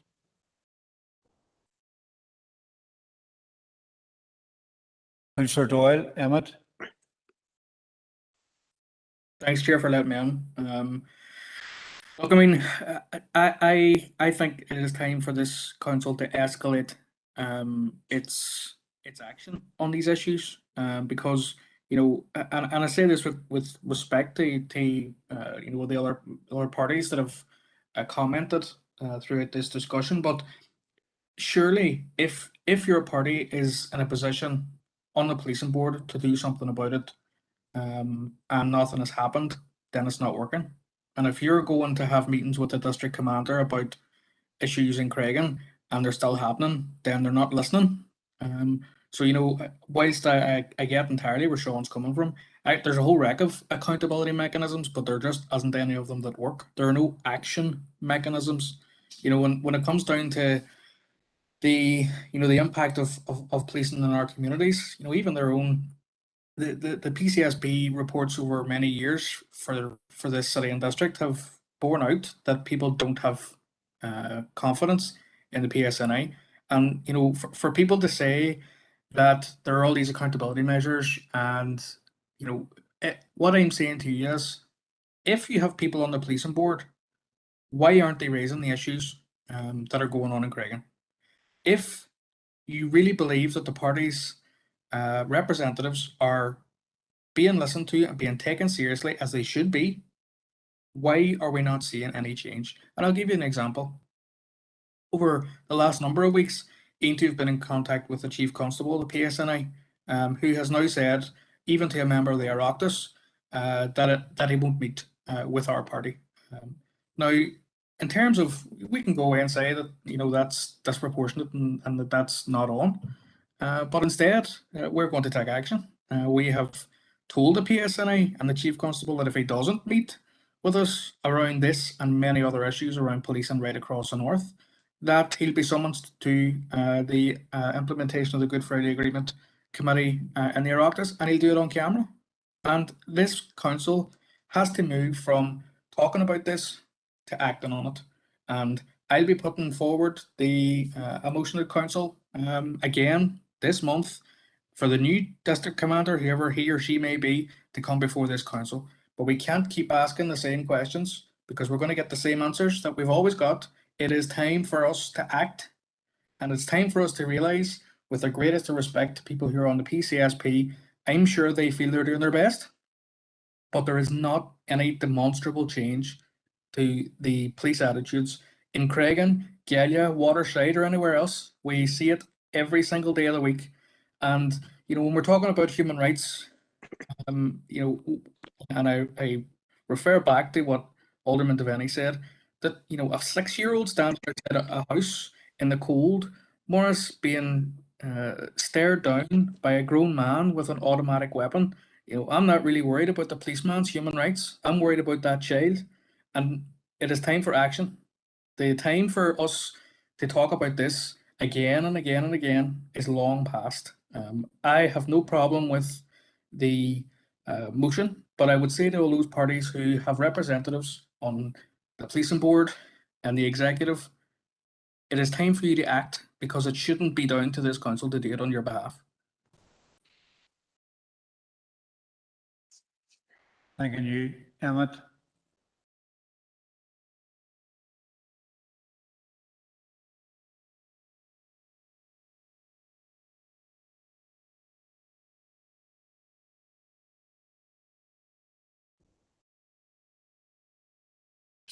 Sorry, my apologies.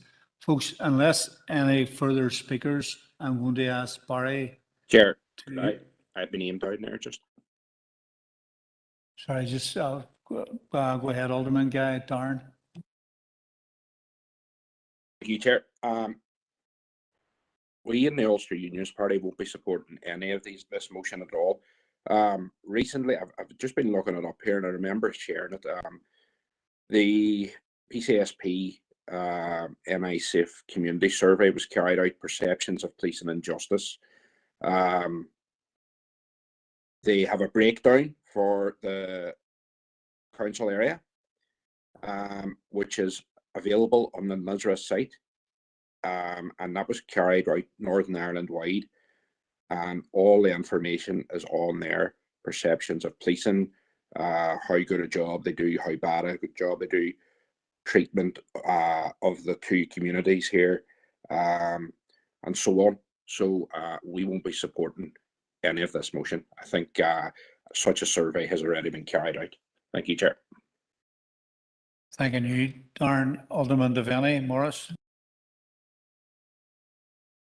Thank you, Chair, for allowing me in, and likewise, we will not be supporting the amendment or the motion, Chair. So we'll go to a vote. Thanking you, Morris, for that. Okay, folks, I'm going to ask Barry to move to the vote unless anybody else wants to speak. Yeah. Sorry. Thanks, Chair. And apologies. Slight amendment to the amendment, if that's all right. No, you have to take the amendment first and then I'll amend it. No. Grant.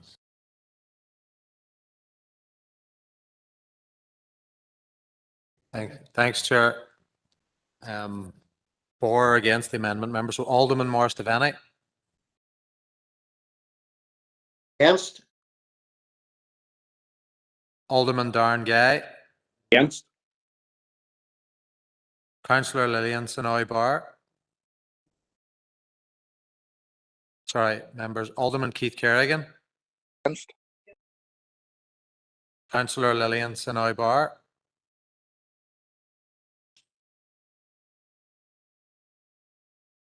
Councillor Michaela Boyle. Councillor Sandra Duffy. Sorry. Councillor Sean Carr. Barry. Sorry, Sean, I never heard that. Against. Councillor Sandra Duffy.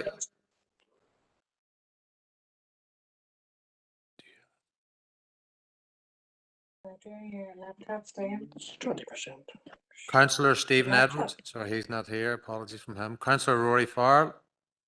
Four. Councillor Rachel Ferguson. 4, Barry. Councillor Paul Fleming. 4. Councillor Sean Harkin.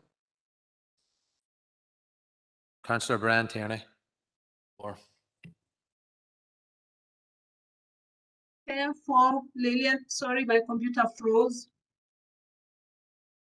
Yep. Councillor Sonoy Bar, 4 against. 4. Thank you.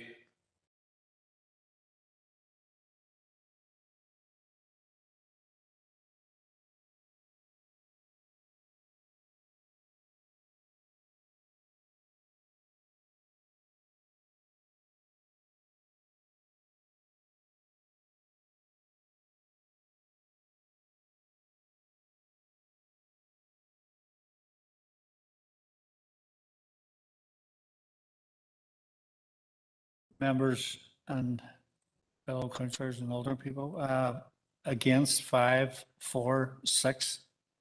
So the amendment passes.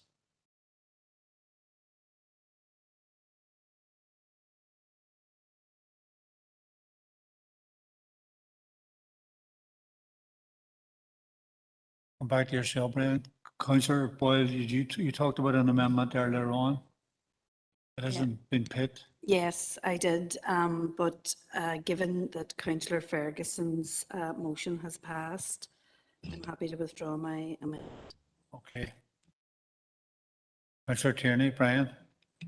Yeah, Chair, thank you. And it's just a very, very slight amendment. It's obviously gone from the screen now and I don't have any sight of it, but the amendment, as I recall, the amendment that was voted through there, this council should proactively commission, and it goes on. I want to insert between the word should and proactively consider, so that it reads, this council should consider proactively commissioning a report, because at this stage we have no idea how that report's going to be commissioned, who's going to commission it, how much it's going to cost, what communities we're going to have it on, and I would like to have those answers before we decide unilaterally here today that we are going to go ahead and commission a report, an independent district-wide survey. So I would like to have, I have a few questions around how it's going to be done. So I would like the council to consider proactively commissioning an independent district-wide survey. Thank you. So my amendment is between the word should and proactively insert the word consider. Thank you.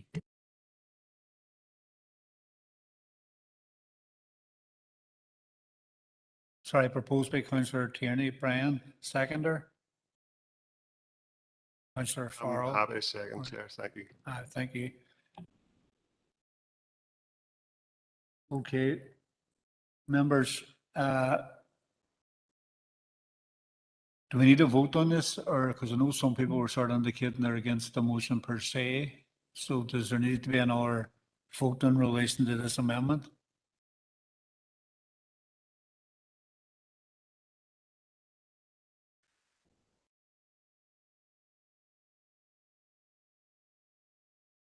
Chair, could I just say the DUP will be not supporting the amendment?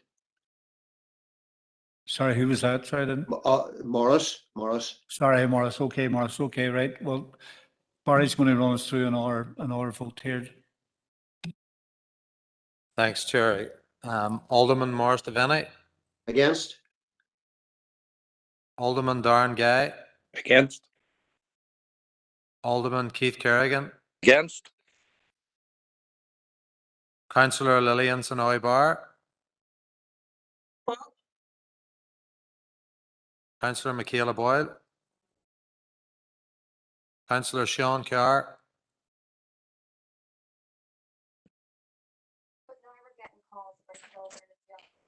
Councillor Sean Carr. Barry. Sorry, Sean, could you repeat that? We didn't catch you here. Against. Thank you. Councillor Sandra Duffy. Councillor Rory Farrell. Councillor Rachel Ferguson, For Barry. Councillor Paul Fleming, For.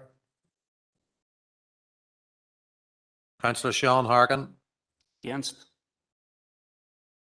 Councillor Brian Tierney. For?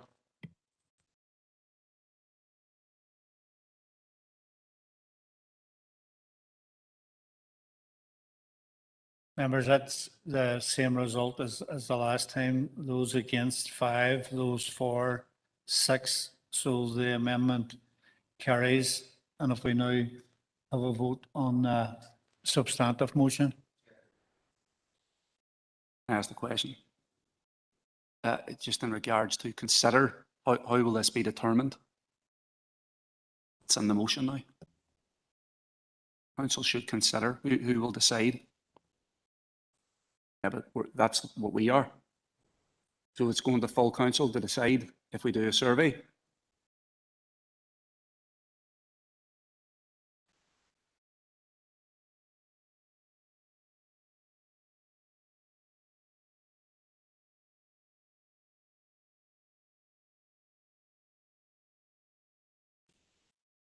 Councillor Farrell, Rory. Well, in my view to Councillor Harkin's query, I would imagine if this is passed, that there will be a paper brought forward to the relevant committee outlining various ways of achieving the aim of the motion with costs attached, and then the members can make a decision on whether to proceed with that. That's how I would see it happening. Okay, folks, moving to the substantive motion, please. Thanks, Chair. Alderman Morris Devaney. Against? Alderman Darren Guy. Against. Alderman Keith Kerrigan. Against. Councillor Lillian Sonoy Barr. For. Councillor Michaela Boyle. Councillor Sean Carr. Against, Barry. Against. Councillor Sandra Duffy. Councillor Rory Farrell. Or Councillor Rachel Ferguson. For Barry. Councillor Paul Fleming. For. Councillor Sean Harkin. For? Councillor Brian Tierney. For?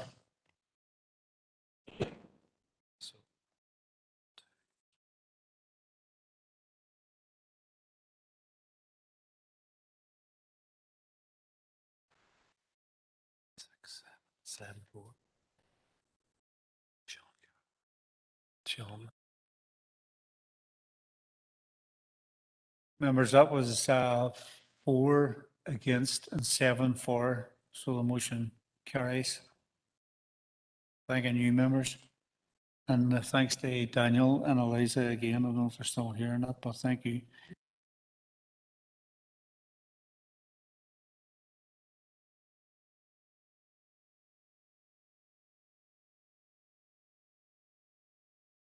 Thanks, Brian. Folks, I was going to take the 7:05 just for a wee break, and then we'll see how things go then. So 7:05, please.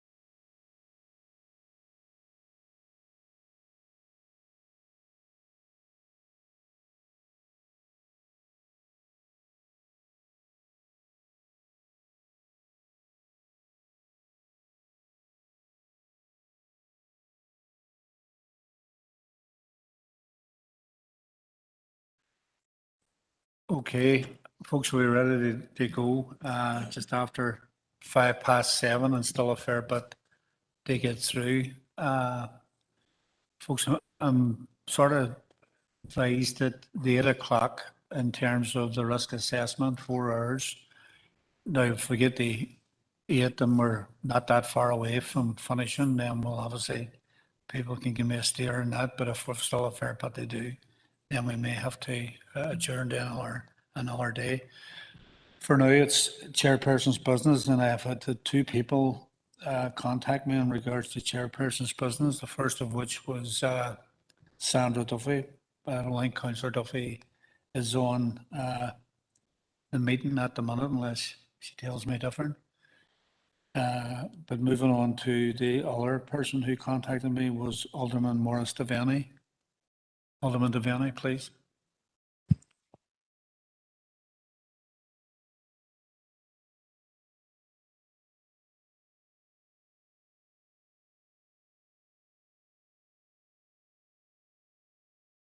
Thank you, Chair, for allowing me in.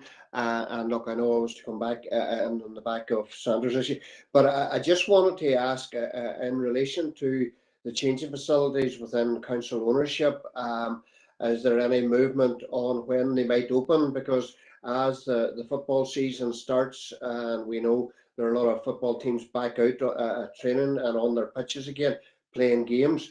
And we look at the wider context of young ones changing in cars and at the sides of the pitch, and it's just a worrying scenario. And I would probably just like an update on the situation regarding our council-owned changing facilities.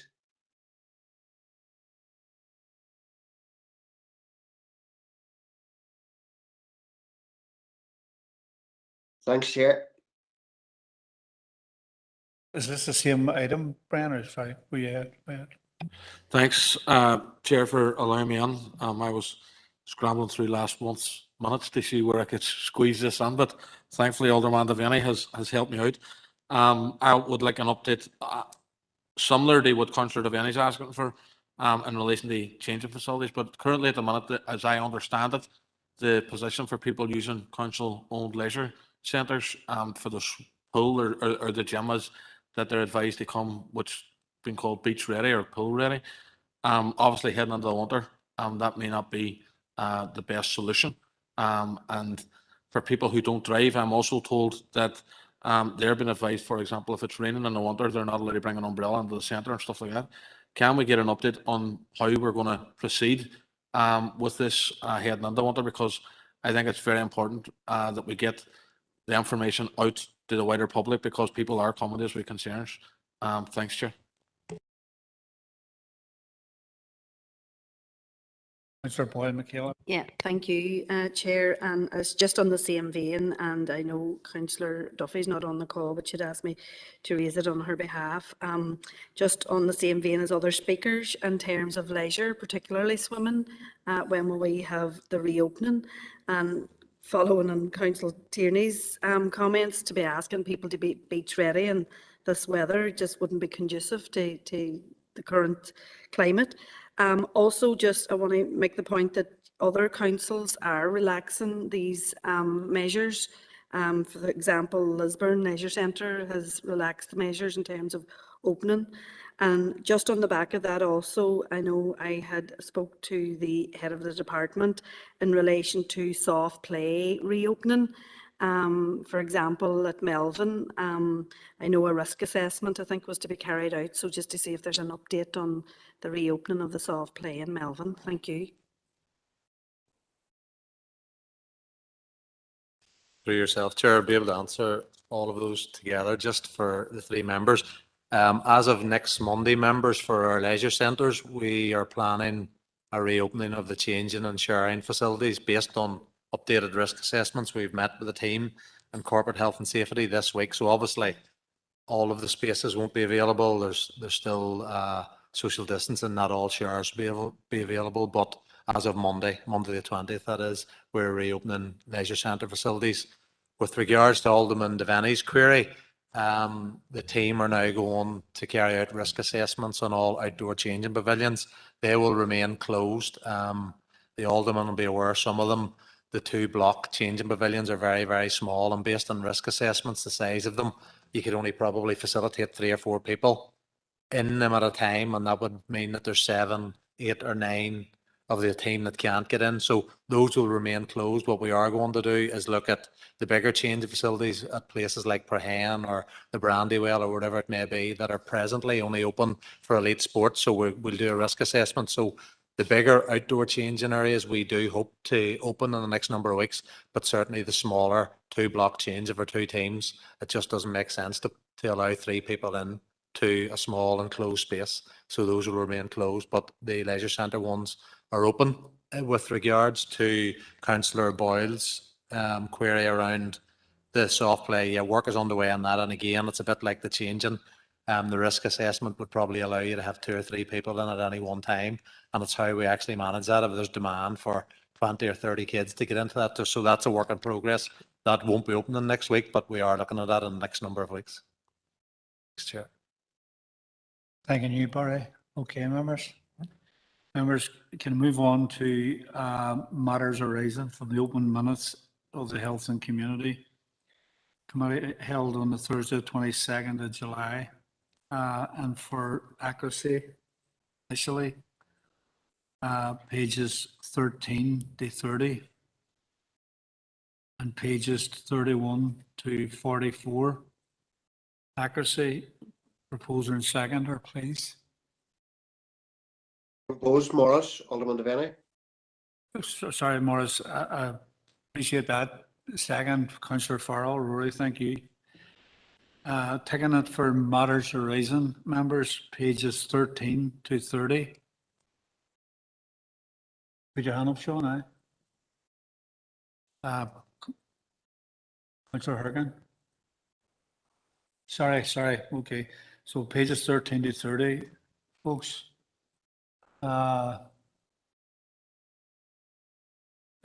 Pages, matters arising, pages 31 to 44. Councillor Harkin, Sean. Thank you, Chair. Just in terms of COVID recovery, our district obviously is trying to recover from the pandemic and its effects. But given our tremendously high levels of deprivation here and the regional imbalances that we suffer from, it's going to be harder for our district to climb out of all the difficulties people have faced over the last year and a half. And our council, at our last council meeting, agreed to call on the British government to reverse its plans to slash £20 from universal credit. But unfortunately, they are ploughing ahead with this plan, and then it's going to come into effect October 6th. And it will have a devastating impact, as we know, on a lot of people across our district and across the north, and across anybody that is in receipt of universal credit will be hit very, very hard by this. And I think the recent statement by the DWP minister was a fantastic example of cruelty, but also ignorance, when she said that anyone who's going to lose the £20 a week payment should just go out and work a few more hours every week. I mean, it's disgraceful comments that should anger all of us. And it shows that she does not have an understanding of who is on receipt of universal credit. There's many, many people, high numbers of workers who are in receipt of universal credit who, for one reason or another, cannot work more hours. There's health workers who can't work more hours. And indeed, that's why they're in receipt of universal credit. So it was a disgraceful comment, and it should fire us all up to try and stop this. And as people know, the Dairy Trades Council, the Dairy Trades Union Council, has called for a protest this Saturday at 3 o'clock in the Guildhall Square. There's protests happening across these islands. They've been happening. This is going to be dairy's opportunity to add its voice. And I want to call on the Health Committee, everybody here, to join me in supporting the protest on Saturday. And I want to urge people to come to help promote it and to speak out on behalf of everybody who will be hammered by this cut. And as we know, There are rising energy costs right now. I mean, shocking increases in people's gas bills and electricity bills, a new tax that the Tory establishment is coming up with. It's going to disproportionately hit working class communities. So, you know, we're already seeing that working class people are paying the price for the pandemic, while billionaires party with champagne because of the great profits that they made over the last year and a half. So I think it's really incumbent on our council to very loudly speak out about this and do whatever we can. And one way of doing that right now is putting feet on the street this Saturday in the Guildhall Square. So I want to encourage people to back this call from the Trades Council, support the rally and join it on Saturday. Thank you, Chair. Thank you, Councillor Harkin. Councillor Ferguson, Rachel. Chair, it's on a separate matter as arising. I don't know if Alderman Devaney wants to come on or what. Okay, go ahead. Yeah.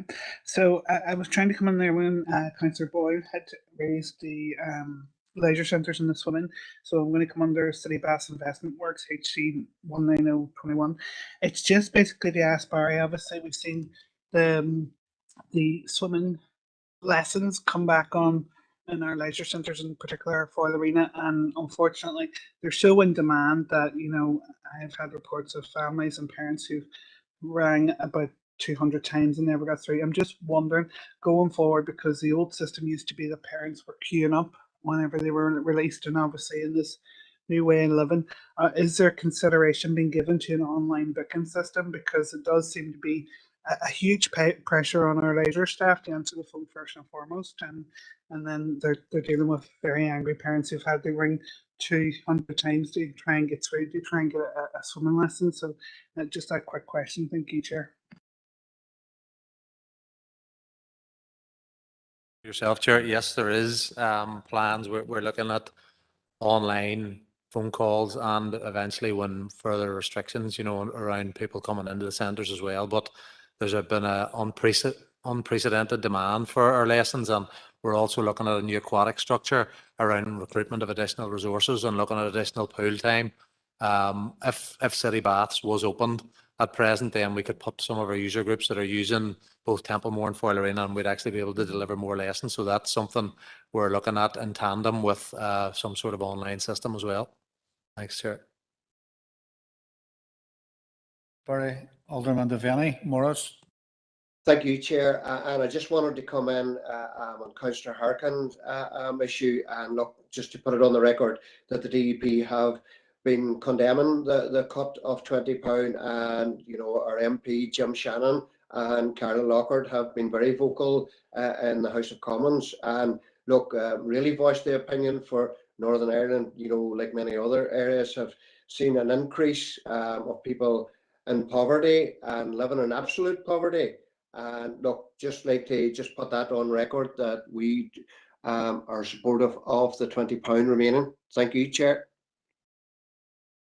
Thank you, Morris. Councillor Boyle, Michaela. Thank you. And it's just on the back of Councillor Harkin's comments too, just to support what Councillor Harkin has just commented on, and just to say that our own Minister, Deirdre Hargey, along with the Scottish ministers and Welsh ministers, has wrote to Mrs. Kofi, the Secretary of Work and Pensions, and to suppose vent our anger on these parts of what the detrimental and profound impact of removing the £20 uplift will have on families here. So just to, again, and as Councillor Harkin said, if, you know, people who are of mind to come out on Saturday, to do so in a safe manner. Thank you. Tierney, Brian. Yep, Chair, thank you. First of all, I suppose just to echo what Councillor Harkin has said around Saturday's protest. I hope to be there, and I would join with him and encouraging other people to be there and they call it out for what it is, an attack on people who can't afford the hit, and that's exactly what it is. But I also, Chair, with your permission, want to address Councillor Ferguson. When she raised the City Baths, I see in the matters arising City Bass was expected reopening early 2022 and a contractor wouldn't be appointed until September. Where are we at? Has the contractor been appointed now? Does it have to wait to the end of the month? And are we still looking at early 2022 for the reopening of City Bass? Thank you.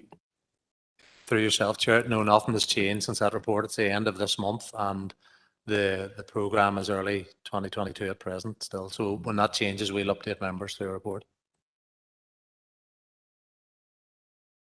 Okay, members, that's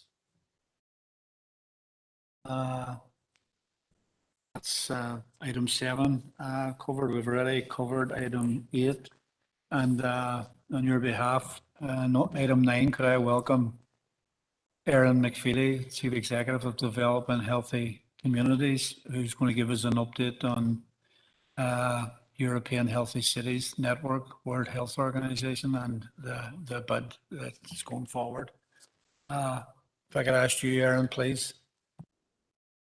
Thank you, Chair, and thanks, members, for having me here this evening. I'm pleased to be back at the committee to report very positive progress on the Healthy Cities project.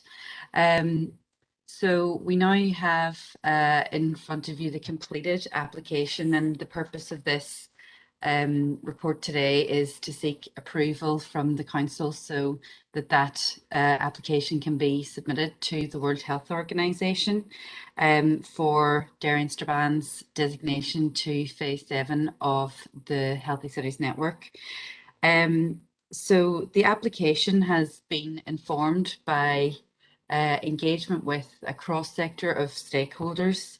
I'm very grateful as well to colleagues in the Council, the PHA and the Western Trust in particular, who have also helped to guide the development of the application, alongside a very well received Healthy Cities conference that took place in June that showcased some examples of best practice aligned to the themes of the Phase 7 framework.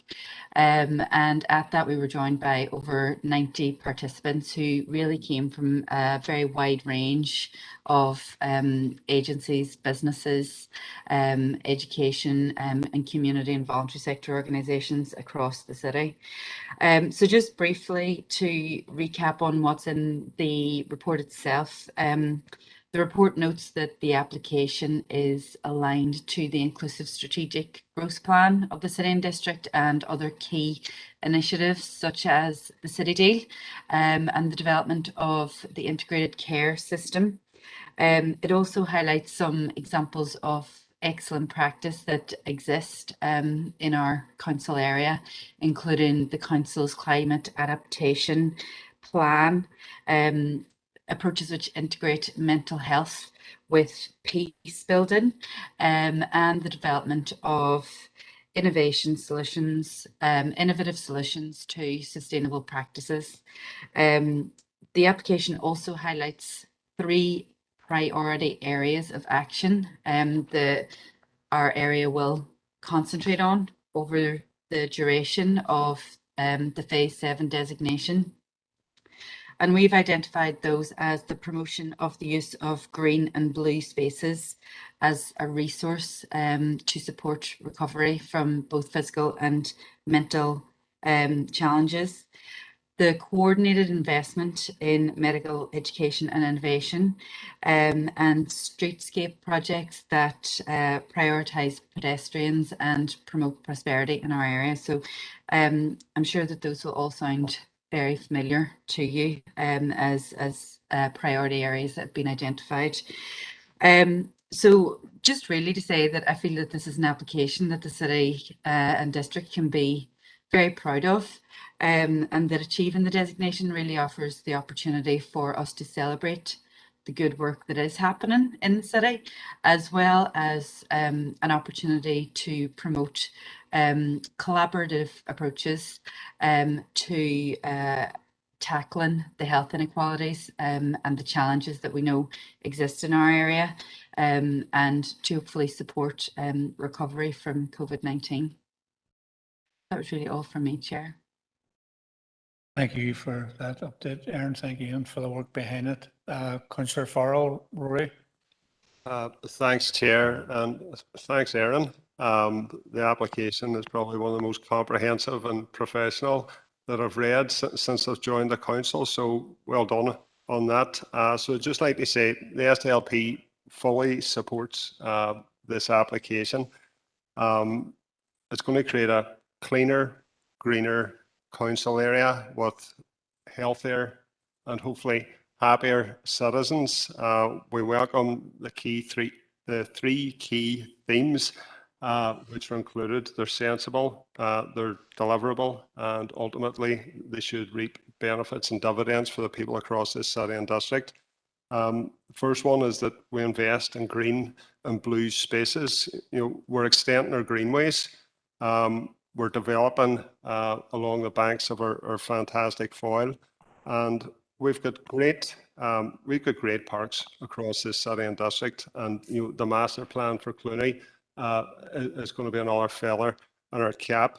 The second theme is around investing in medical education and innovation, and obviously next year we should see health sciences courses coming to McGee. With the medical school, which had its first intake of students this month.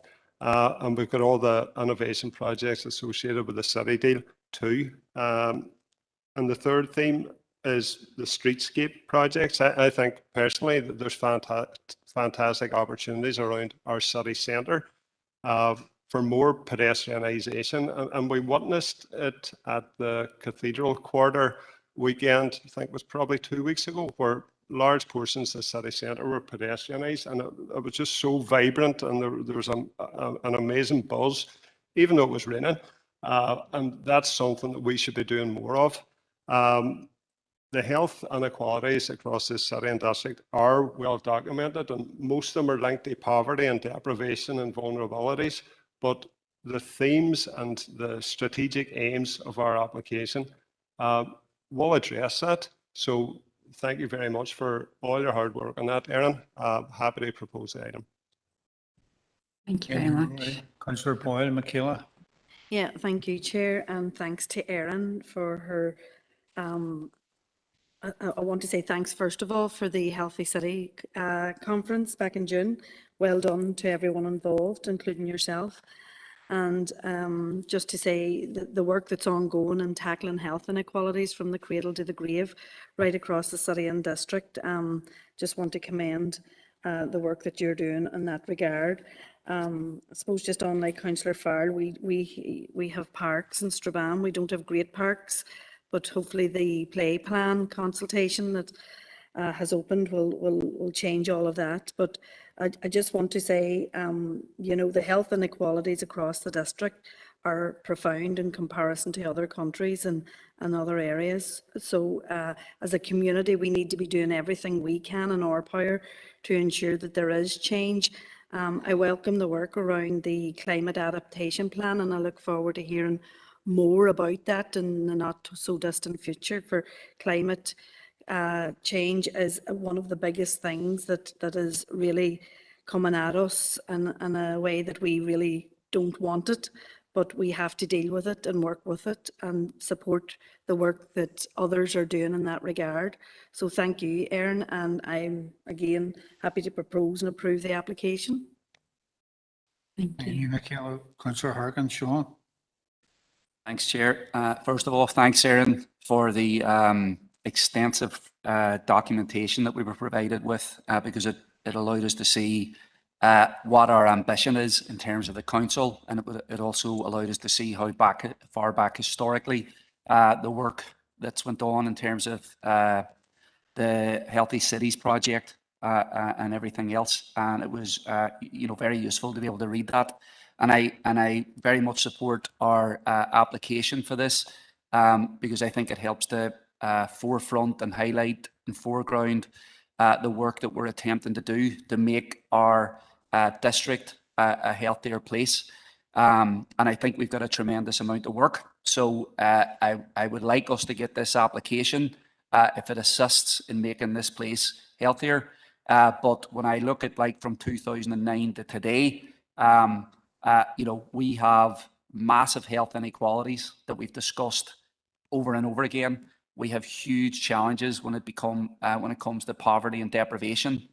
And so we have a lot of work to do. And, any help the WTO or other bodies can bring to helping us push forward that work, it's needed. And I know that on a lot of fronts, climate, health, poverty, there's a lot of people on the ground doing their best to deal with all the challenges that we have, but they need more help. We need more action from Stormont. And there's a lot in there about the potential for the city deal to impact positively. For me, that's a question mark because there's been investment before and it's been distributed in a way that doesn't actually meet the needs of the vast majority of people. So I think that the pressure and the campaigning for equality and distribution will need to continue. And of course, a lot of the work that is being done here to make our city healthier and our district healthier, we fully support. Thank you. Thank you, Sloan. Alderman Devaney, Morris. Thank you, Chair. And once again, I want to commend Erin on the good work she's done here and bringing forward this recommendation. I think the three themes that have been picked here are excellent ones. And we are always very, very supportive of anything that our council area that we're doing to promote healthy communities and healthy living. But well done, Erin. Thank you. Thank you, Morris. Folks, I don't have any more speakers. I know Councillor Farrell proposed it. Did I hear anybody seconded it? Taylor, okay, sorry, my apologies. Okay. All right, Erin, thank you once again for the update and the work that has gone behind it. And certainly that's endorsed by this committee, and I've no doubt full council will also endorse the work that is done and the necessary work that needs to be done. So thanking you once again. Thank you. Thanks very much, Chair.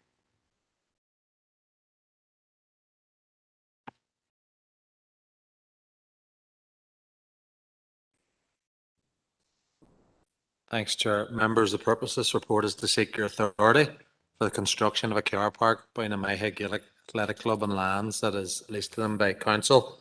They've applied for a grant, sum of £10,000. This is simply a request, and based on the lease that we have, there's no request for a release of covenant or land transfer. They just need council approval based on their current lease. So, members, the recommendation is that the council formally confirms its consent to the reconstruction of the car park and the lands which have been let to the Maiha GA Club at Ballyarnett. Councillor Tierney, Brian.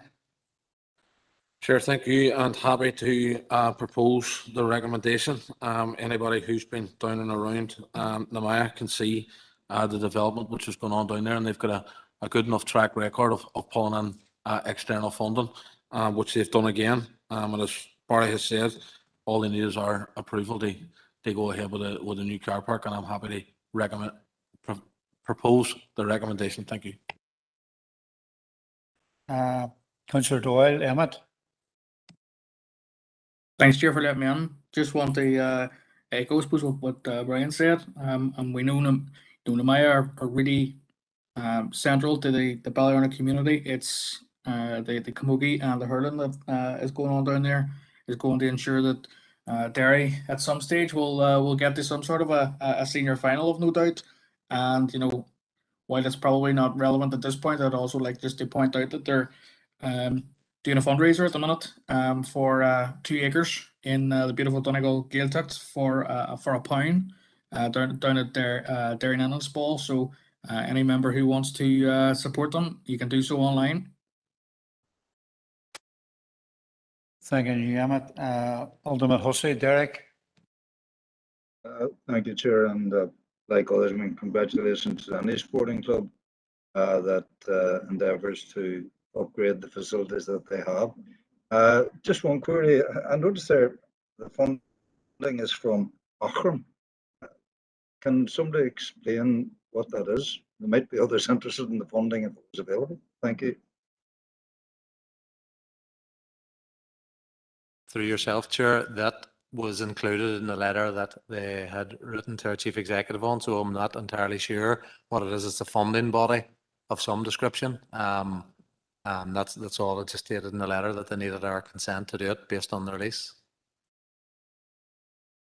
I appreciate that, Chair, but if the information is available, it might be useful to other clubs in the area. That's all I'm thinking along the lines of. But well done to the club. Thank you.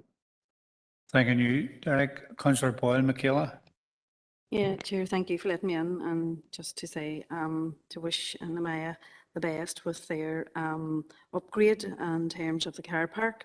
My time as mayor, I remember meeting the club and everybody involved in it, and I declare an interest as a member of a Gaelic club in Strabane, and just to take the opportunity at this moment in time to wish Tyrone the very best. They have achieved the All-Ireland final, in which at the weekend, I'm sure we all know in this city, and wish them our very best for the year ahead also.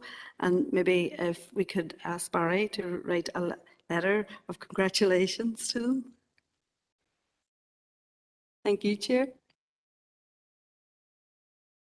Thanking you, Michaela.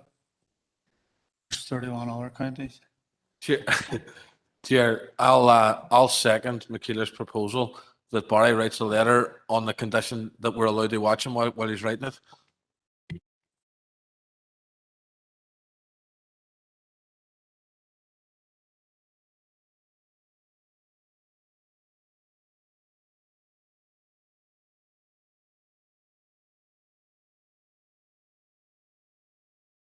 Councillor Doyle, were you looking in again?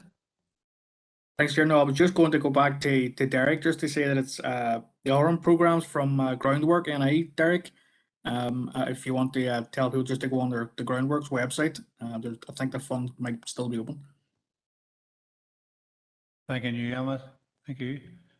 Councillor Boyle, John. Sorry, Chair, no comment, just in relation to the congratulations to Tyrone. I was just making a sage comment more than anything, that nobody mentioned the LAR committees during the week either. So thanks for that, Michaela. Sorry, John, the line's not great, but I see the comment, and my apologies for being so stupid. Not important about.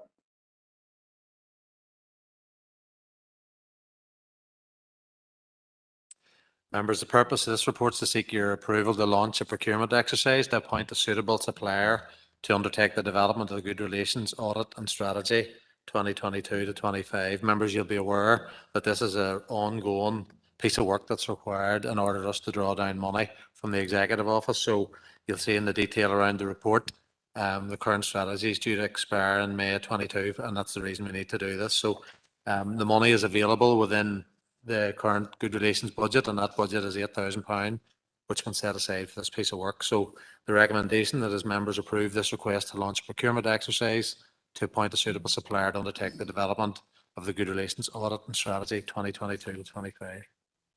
So proposed, Alderman Devaney. So seconded.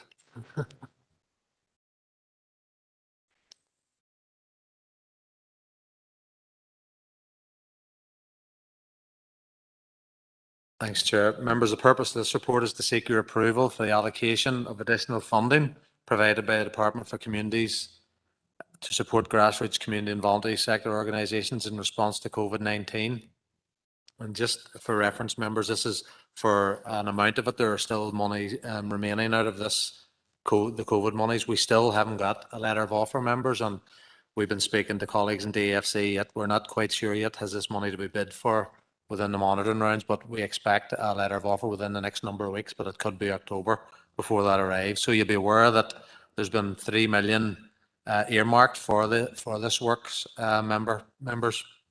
So in terms of in section 2.2, we have tried to reference previous committee references around funding groups that we previously couldn't fund. So it's proposed that in the first phase of allocation that the Community Venues Fund which was advertised for 1 year programme 2021 to 22, that we find £92,400 out of this particular budget and fund those organisations that met the criteria but weren't funded due to a lack of budget. The Community Support Fund, you'll be aware, members, that again, those organisations that scored over the threshold and met the criteria, but we hadn't enough funding. Again, we need £94,258 in order to fund those particular organisations. The third element is an open call grassroots community development grant support programme. It's proposed that the balance of this allocation will be utilised to provide support to local grassroots community organisations across the council area in the delivery of community development or sports groups, subject to confirmation on eligibility from DFC. DFC have come back to say that those organisations would be eligible in the meantime since the report was written. And this is around COVID recovery interventions and programmes, providing much needed support to communities as they recover from the effects of COVID. So the open call for community support groups would support community organisations with either capital or revenue funding to help support the delivery of community development COVID recovery programmes. You'll see the timescales indicated around going out with this programme in Appendix B. The total funding available would be allocated to the DEAs using the same formula as the Community Support Fund, with grant aid up to a maximum of £2,000, and that's to ensure as many groups as possible can avail of this funding. I know, members, there's a typing error later in the report that mentions £4,000, but it's actually £2,000, so just to reflect that. And priority will be given to community and voluntary groups who have not received funding to date from the Community Support Programme or community venues in this financial year. So the total allocation around that, members, will be £130,799. It's also proposed to be an open call for constituted not-for-profit sports groups under a sports club COVID recovery support programme. You'll be aware, members, as of last year, Sport NI cut our budget that we rolled out to our grant aid along with our rates monies, and we lost £90,000. That is no longer available to go out to the sporting sector. So under the Sports Club COVID Recovery Support Programme, clubs will be able to apply for support under two key themes: a sports club venue and maintenance fund based on eligible costs, running costs around maintenance. We would put some of our money, our existing maintenance grant aid of up to 20,000 to complement these monies. And the delivery of a health and physical activity programme that is not the sole purpose of the sports club. So, for example, a Gaelic club can't apply for GA activities, but could deliver a walking initiative, a wellbeing programme, etc. And that will help hopefully address health inequalities in their catchment area. The total budget for the Sports Club COVID Recovery Programme will be 100,000, 80,000 from this proposed DFC monies and 20,000 from our own monies. In terms of the key issues, members, the timescales for delivery for this programme is significant. All funding has to be spent and the monitoring complete by 31st of March 2022. We have went back to our colleagues in DFC and there's no wriggle room at all on that. So not just the money spent, but the monitoring returns completed by that date. And hence why we have a number of projects like the Venues Fund and the Community Support Programme that we can get out and money spent pretty quickly. And I've mentioned earlier, DFC has not indicated a date of receipt for the letters of offer by any of our councils. The delivery of this new grant aid programme within the timescales are pretty tight, so it'll put pressure on the existing limited resources we have within the section. But we do believe we'll be able to get it out if we can get approval this month within council. So the voluntary and community division of the Department for Communities has indicated that the additional assistance to the council will be 424,503. There's no match funding requirement from ourselves, and the department has provided written confirmation of allocations to each of the areas, but not yet the letter of variance is with us. So in terms of the recommendations, members, you'll see in section 5.1, the community venue, 92,400, the community support, 94,258, a new fund with up to a maximum of 2,000 for community groups, and the of 136,619. An allocation to a new round of grant aid to sports clubs or 80,000, and then council admin costs of 21,225. You'll see in section 5.2 If the DFC deem the allocation to sports clubs as ineligible, the 80,000 will be included in the community support fund call, but they've since come back to us to say that that will be eligible, what we have proposed, members. Thanks, Chair. Thank you, Barry, for a comprehensive insight and report on that. Councillor Doyle Emmett. Thank you, Chair, and thanks, Barry. Barry, I just had a bit of a question because when I was reading through the documentation, I couldn't really make it out. But there's an organisation down in my DEA that provides a lot of support for people as a result of COVID-19 pressures. But one of the things that they contacted me about was they basically need extra funding to bolster the hours of a particular member of staff that deals directly with constituents as a result of COVID-19. The figure that was quoted to me was 10,000, but when I looked through the funds, because the DEA allocation on one of them was only 2K, I'm really keen that we try and be flexible as the I know obviously we have to create funds to allocate these things and have them signed off by audit, but I'm keen as well that we meet the needs of community organisations as best we can. In that context, and I mean we can talk about detail offline, but in that context, is there a place where in one of these funds that an organisation that provides advice services and other things can apply for more than the amount that will be allocated to the DEA that is outside of, for example, a community venues fund? If you could help me out with that, but I'm happy to give you more detail offline as well if that helps, Barry. Thank you. Through yourself, Chair. I'll double check this with our colleagues in DFC, but I'm not quite sure, Councillor Doyle, if they would fund salaries. I don't believe they will. That comes through an entirely different fund. So this is for community development, sports development organisations within the community and voluntary sector, and the costs would be revenue costs or smaller. When I mention equipment through the grant aid programme, it would be like hand sanitizer stations and different things like that around COVID recovery, and it's small scale capital. So I don't believe that we're in a position to fund any salaries, but I can double check that for you with colleagues in DFC, but my understanding is we can't. Thank you, Barry. Councillor Tierney, Brian. Chair, thank you. And it's just a very quick one. At the start of the, thanks Barry for the report and the detail on it. But Barry, at the start of the report, you suggested that you hadn't received a letter of offer, but you're expecting one in the coming days, possibly weeks.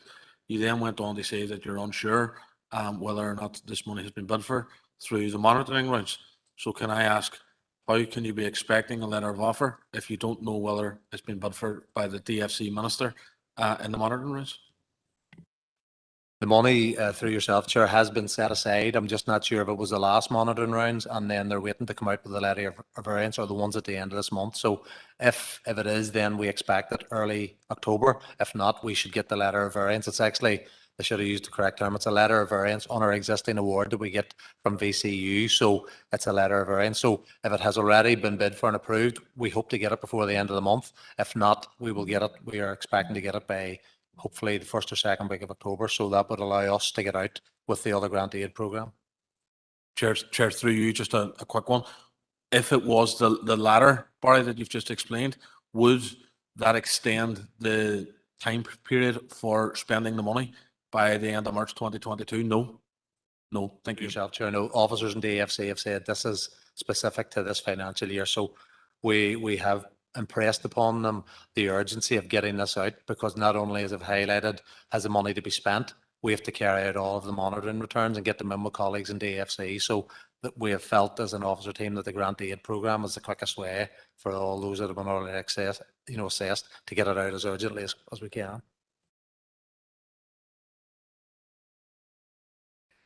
Alderman Devaney, Morris. Thank you, Chair, for allowing me in. And look, I do welcome the additional money that has to meet that for those who have met the threshold in the Community Venue Fund and Community Support Fund. I very much welcome that there, and a good piece of work done there. Look, and around the sporting element of it, Barry, I'm very much aware that Sport NI have a COVID recovery fund out there at the minute. I'm just mindful just that, you know, you could have clubs maybe that are getting maybe some money from Sport NI and then maybe applying for this fund here and getting it. I'm just worried about the duplication and around that. And I would also like to ask as well, Barry, look, many of us know that some of the sporting clubs here, there's some of them very, very good and capable at filling in applications, but there are smaller clubs that don't have the capacity to fill these in. And time again, we see the same clubs coming forward that achieve the threshold, and the ones with less capacity and around that.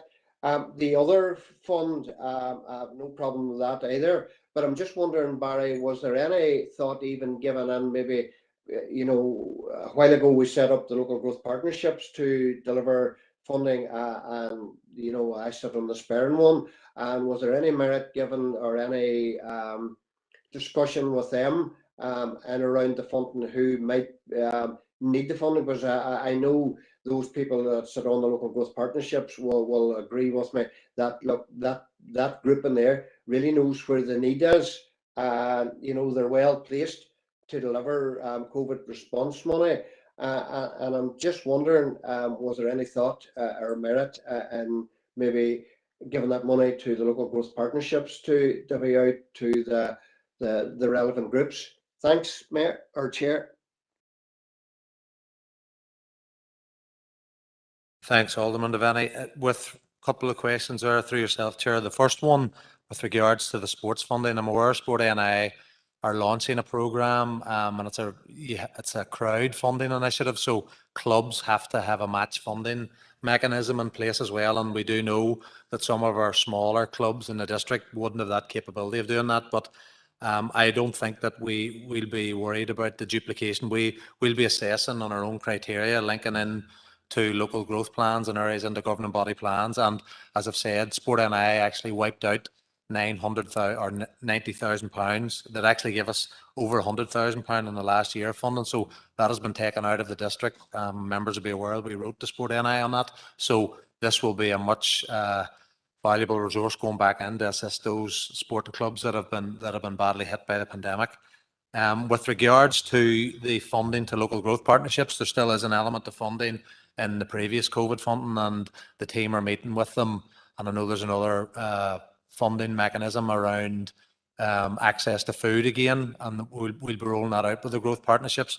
What the same reason I've highlighted to Councillor Tierney earlier, the quick turnaround and getting this money out as quickly as we can and spent and all the monitoring returns in lends itself to us getting out through the programmes that we have already assessed, be it the venue fund and community support, and getting it out. And with regards to having impact within each of the local growth partnership areas, the money is going to be allocated in the same formula. So there'll be the same amount going into all of our local growth partnership areas, all of our DEAs. So there'll be an assurance there that the money, both at a community development level and the sporting level, will be spent equitably based on population deprivation and rurality in all of our areas. So we believe this is the quickest way of getting it out. Thank you, Barry. Councillor Ferguson, Rachel. Thank you, Chair, and thank you, Barry, for the report. Mine is very similar to Alderman Devaney there. I've had a few phone calls this week where the local growth and the community groups that were there within the first COVID response who felt that they weren't part of the consultation on this one. So it's more kind of, you've answered my question. It is purely down to the speed of time that needs to be spent on, and is why it's done this way, because I think they were just kind of feeling that this would have been the ideal chance to use that structure and really put the money into where in the similar process as the COVID response, where they were the ones on the ground and seeing what was needed. So it's just more of a comment, Barry, and that's the kind of feedback I'm getting with this report, and I welcome it. Any funding at all, the community venue funds or sport funds, or even the grassroots, it's really as welcome. It's just that's the kind of sense I'm getting back from some of the community groups, especially around the local growth, that feel like they were there and when times were tough, and they felt that maybe they could have been consulted a wee bit more around this extra funding coming in. But thank you, Barry. Thank you, Rachel. Councillor Harkin, Sean. Thanks, Chair. Yeah, look, we need the money coming in. It's good that there's some money coming in, and I appreciate what Barry has laid out in terms of the urgency of getting it out. And I also think that funding organisations that met the criteria but didn't get funded last time round is an important way to do it. But it's clear that some community organisations have been doing the rounds in terms of making phone calls to say the representatives about consultation and co-design and co-production in terms of what's needed. So I just want to make sure that we're not going to be facing criticism in a couple of weeks' time because we didn't do this or we didn't do that or we didn't listen to people because, you know, obviously I was called and other councillors have been called with the same message. So I want to hear back from you what you think of that. And I appreciate the urgency and as well. And then just on we took a big hit in terms of the withdrawn sports funding. And that was obviously impacting the clubs, but it also impacted people's jobs and stuff like that. So that'll be very, very welcome. Is that going to make up that loss? And will that get some people back in the employment that were maybe lost out unfairly because of the impact of the withdrawn funding? Thanks. Through yourself, Chair, I'll do it in reverse order. Councillor Harkin, in terms of the sports one, yeah, we're suggesting an 80,000 allocation plus our own monies that we've allocated through rates to grant aid and a maintenance programme. We're probably still not up to the levels we were pre-COVID when Sport and I were giving us money. We're probably £25,000 still down, but we do believe we'll get maximum impact around both a maintenance and a revenue programme for our clubs, and we're going to just spread it as wide as we possibly can. Our own grant aid programme that closed a number of weeks ago, we had reduced it to £1,000 from £4,000 grants. So that was to get spread the net as far as we could, but now we'll be able to hold a different programme and run it again, and clubs can get maximum again. Similar to the query around Councillor Doyle, we can't fund any salaries or anything like that with groups, but if money is going into a club and they can find funds from somewhere else, then that's something that they can do themselves within their own funds. In terms of, again, it's a similar response to in terms of trying to get this money out through a grant aid programme. You've highlighted, yes, the ones that we had assessed before, and we were asked through a couple of different council committee meetings to find the money to try and fund those through the community venue and the community support fund. The last one is an open grant aid programme for up to £2,000 to go out into each of the DAs, so that will be something we will be consulting with the local growth partnerships in each of the areas, what sort of things and what sort of initiatives would they like to see linked to the local growth plan. So that'll all be linking into that particular area, but we'd be going out to individual groups within that area rather than actually going through the local growth partnership. We just wouldn't have had the time to go out because, as you're aware, if there was an action plan and spend, we would have to then come back in through this committee again after we've done that consultation, and you could be looking close to November before we would actually get out with the programme and trying to get that money spent and then actually delivered. We feel we can do this going through the individual organisations. But look, we will take members' comments on board and we will consult. I think Susan and the team have meetings with each of the strategy managers in the areas about this. So look, that can be something we look at around the consultation around this new open programme where groups can get up to £2,000. And look, if there is something, members, that they feel is more important, if we need to, we'll bring a follow-up report on that particular element of the funding into this October committee, if members are happy enough with that. Okay, thank you, Barry. Councillor Boyle, Michaela. Thank you, Chair, and thank you, Barry. You've just answered my question, so I'll not labour too much, but I suppose timing is of the essence, and it's important that as many groups as possible are aware of the call, and it is an open call for further needed support to these groups. So timing is of the essence, and particularly around when you do get the letter of offer, when it does come, obviously everything will be ready to go. It is unfortunate, as what others have said, in terms of the local community growth partnerships. I sit on one, and I know the work that they do with the small groups in their own areas. But it is the same formula, and it's the same amount of money that's going right across the board. So that again is welcomed. Just in terms of the timing, just ensure that it's up to us as elected reps to inform groups of this funding so that they can express an interest when it comes around for the open call. Okay, thank you.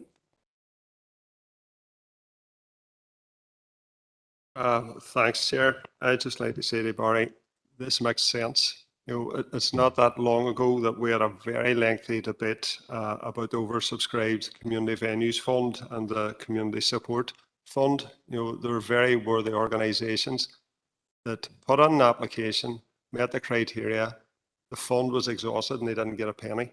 And this is a sensible solution.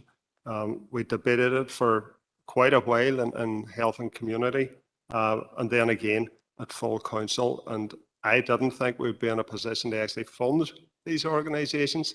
And I'm glad when I opened this pack and saw this solution that all these organisations that met the criteria are actually going to get money. So well done. Thank you, Alderman Guy. Darren. Thank you, Chair. I, like our members, was approached by the area partnerships as well that we all sit on. We were a bit concerned about the way the money was being distributed, but listen, I welcome the additional money to these groups. They surpassed the threshold in previous rounds, and as the previous speaker says, it's not often that we actually see, money being found from places for these groups, but so it's good to see this time. In regards to sports funding, we've seen problems with local cricket clubs and trying to apply for funding with the previous COVID funding schemes. If the same problems of eligibility arrive, this will obviously waste precious time to spend the funding. In that scenario, will it be redistributed elsewhere? And what if they reach a limit as well where they can't get it spent? Will that all be redistributed? Will it be extended or what? I know then we're probably having next year's budget as well, so it probably would be all have to be relooked at.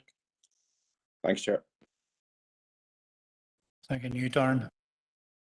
Through yourself, Chair, that it'll be the same terms and conditions as all our grant aid, Alderman Guy. They'll have to spend all of the monies and have it all claimed before the end of March. We will probably set them a target a couple of weeks before the end of March. We can still obviously fill in the monitoring returns with the money not being spent as long as we know that it's being spent. That's no different to all of our grant aid programs during the course of the year. But if there is any underspend in programs right across the piece, then it's something that money will then go back. It goes back to the AFC because it's 100% funded. But we don't anticipate that.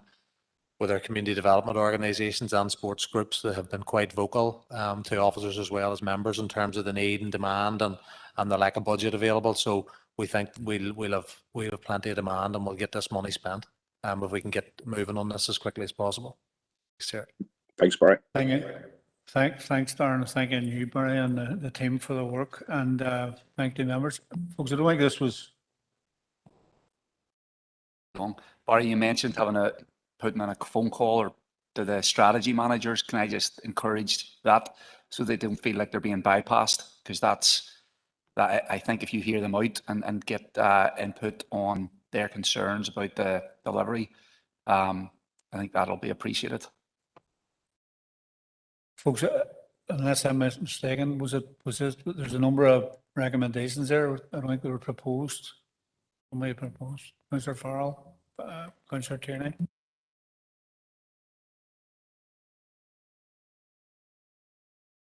Thanks, Chair.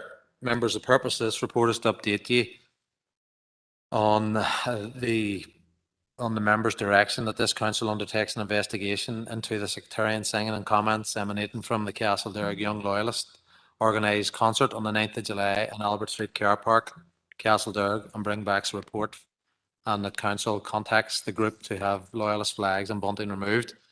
Members, you'll be aware that the group were awarded Good Relations grant aid of 4,000 and alternative to Bonfire 1,000 funding to hold this event, Castlederg Fusion, over the 9th to 12th of July this year. It was funded as part of the Good Relations Action Plan. It's been taking place in the car park each year through funding from Good Relations and Peace. We've investigated, and the group, who were the organisers, complied fully with all terms and conditions regarding the council grant aid liaison with the Good Relations team, the business and culture team around the car park, including the safety advisory group where necessary. The organisers were aware when we contacted them that an individual under the influence of alcohol made sectarian comments following a performance by one of several acts on the night of the 9th of July, and this was dealt with promptly by the organisers. The organisers contacted the Good Relations Officer following the event to explain this unfortunate incident and to distance themselves from any remarks made. They also explained that the bunting present on the lampposts around the car park had been erected prior to the event by individuals unknown. This was to mark the centenary of Northern Ireland in the month of April and wasn't connected to their Castlederg Fusion event over the 9th to 12th of July. While this incident was unfortunate, it could not be determined to be a fault of the organisers. It was dealt with promptly as far as was possible, and the organisers offered an explanation and an apology to the public and to council as a funder. The organisers voluntarily made contact with council and local reps who had been made aware of the incident, and there was no, as I've previously mentioned, breach of the terms and conditions of the Good Relations Grant Aid letter of offer. It's not proposed that council withhold any funding. So in terms of the recommendation that members note the update and approve the grant aid payments are made to Castlederg Young Loyalists in line with the terms and conditions of their letter of offer within the Good Relations Grant Aid programme. Thanks, Chair. Chair, I would like to comment, if at all possible, Alderman Kerrigan.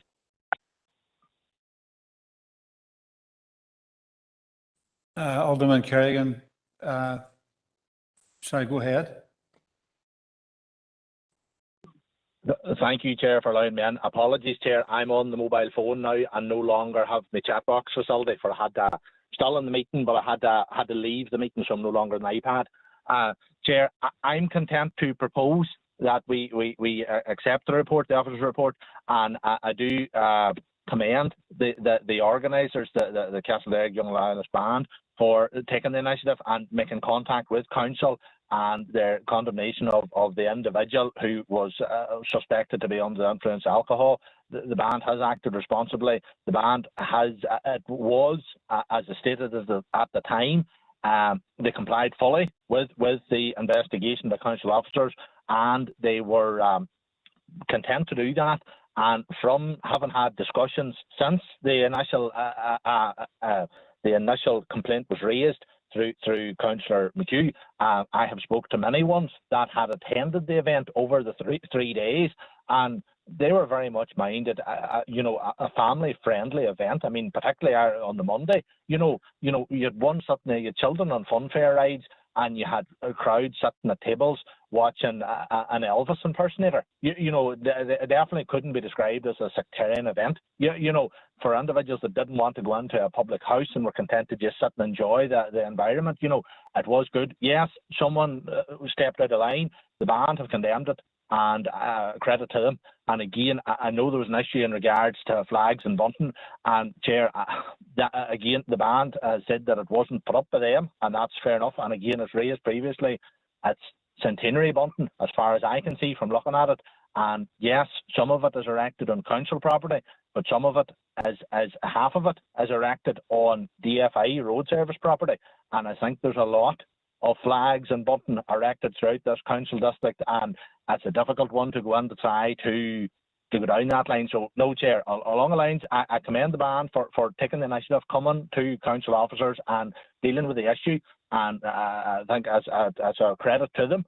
And I'm content with the report, and I'm content to propose we accept the officer's recommendation. Thank you, Chair. Thank you, Keith. And I see on the chat box that Alderman Devaney has seconded it. Councillor Tierney, Brian. Thank you, Chair, and thanks to Barry for the report. Can I just ask one quick question? The direction from members at that particular time was the council undertakes an investigation. My reading of this report, it almost reads as if there was a telephone conversation between the Good Relations Officer and the event organiser. How is that the extent of the investigation, or how was it investigated? Because that sounds to me it was as if it was just a telephone conversation. Through yourself, Chair. Yeah, before even the motion came in from council, the good relations team had been speaking to the event organisers, had been brought to their attention in advance of that coming into council. But there's other officers within council have met with the team and had discussions with the organisers around this and actually what happened. So in terms of all of the information that we had, we don't have any CCTV footage or anything like that, or videos, or, you know, so we spoke to the people who were the organisers. We went over the terms and conditions of our grant aid, which is what we were asked to do. So that we have felt as a team that we did investigate it as well as we could, in terms of without evidence of you know, in terms of CCTV and things like that. So look, we've looked at that, and we've looked at the terms and conditions of their grant aid, and they didn't breach them, and that was something done by one individual, and the group apologised that it happened and caused offence. So we don't feel with those terms and conditions, Councillor Tierney, that it's enough to withhold the funding for which the event was organised around. Councillor McHugh, Rory. Chair, I think Councillor Hussey's in front of me there. Sorry, Rory. Councillor Hussey's before me. I'm okay, I can wait.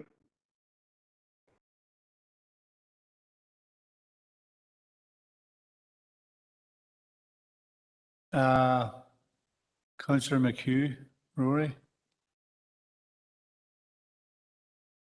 Thank you, Chair. Chair, obviously, I thank the officer for the report. And it was myself that brought this to the attention of council. I have to say, I concur totally with Councillor Tierney's comments there. When I read the report, I had to say it read like something that Castleberry Young Loyalists had concocted themselves. I think the report actually raises more questions than answers. And just to go through the main points of the report, you know, I've a couple of questions and a couple of comments to make. So if members would just indulge me, if we go to 2.3, Castleberry Young Loyalists, the organisers, complied fully with all terms and conditions regarding council grant aid. I have to ask, did they? Because, I mean, what conditions would allow, and this wasn't, that's another issue I have with the report, this wasn't just sectarian comments. This chair was a man who I believe is the father of the main act on the night, who was Richie Remo. So the father of Richie Remo proceeded to sing sectarian songs in their totality. So it wasn't just sectarian comments. And I'm talking about the Sash and the Bully Boys, up to their knees in Fenian blood included. And that was out through the whole town. You could hear that through the whole town. So I wondered, did Councillor Kerrigan, when he was speaking to all these people that had a great time at it, you know, did he ask them what they thought about the singers singing up to their knees in Fenian blood, or about what they thought about condemning Protestant farmers for selling land to Fenians? Because that's what came out across the whole town that night. Moving on, Chair, just to the next point.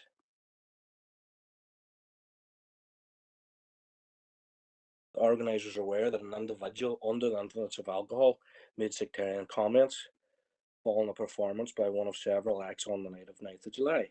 This was dealt with promptly by the organisers. I beg to differ, Chair.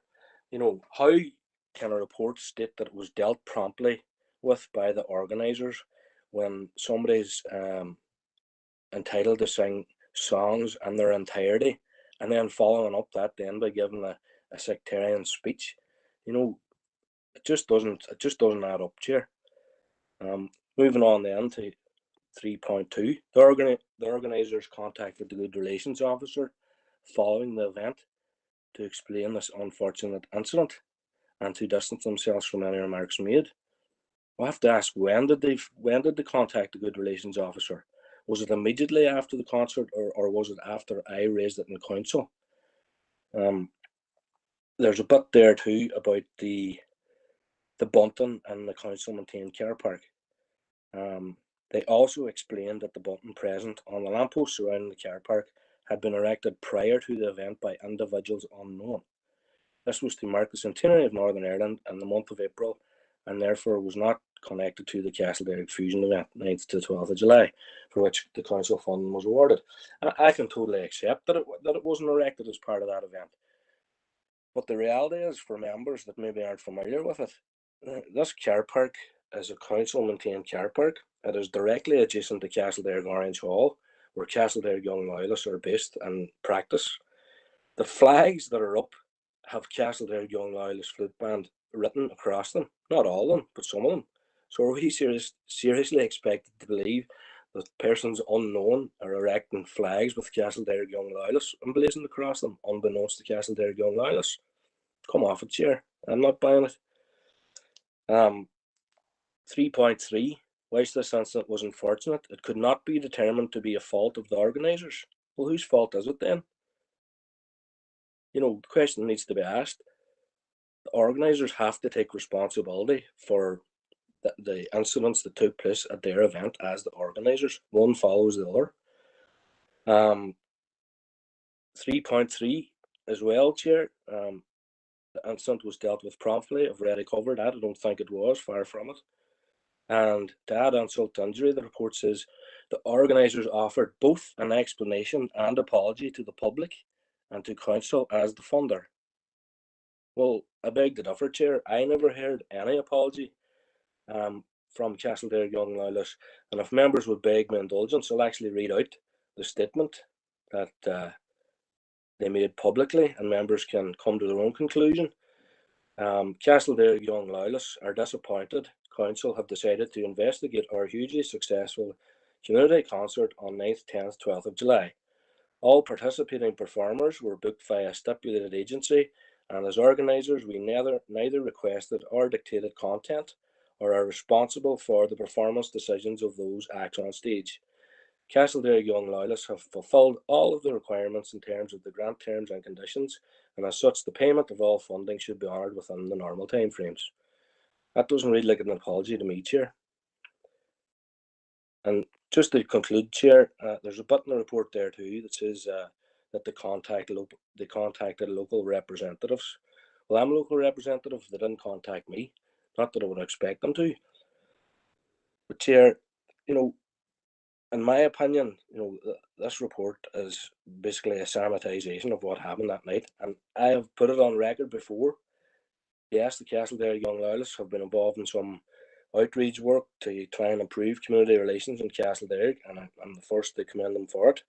But I can't in good conscience, I'm not a member of this committee, Chair, but I can't in good conscience when this comes to full council endorse the recommendation for council to give ratepayers money to an event that had sectarian singing and indeed sectarian speeches coming out of it for the whole of Castleberry to hear.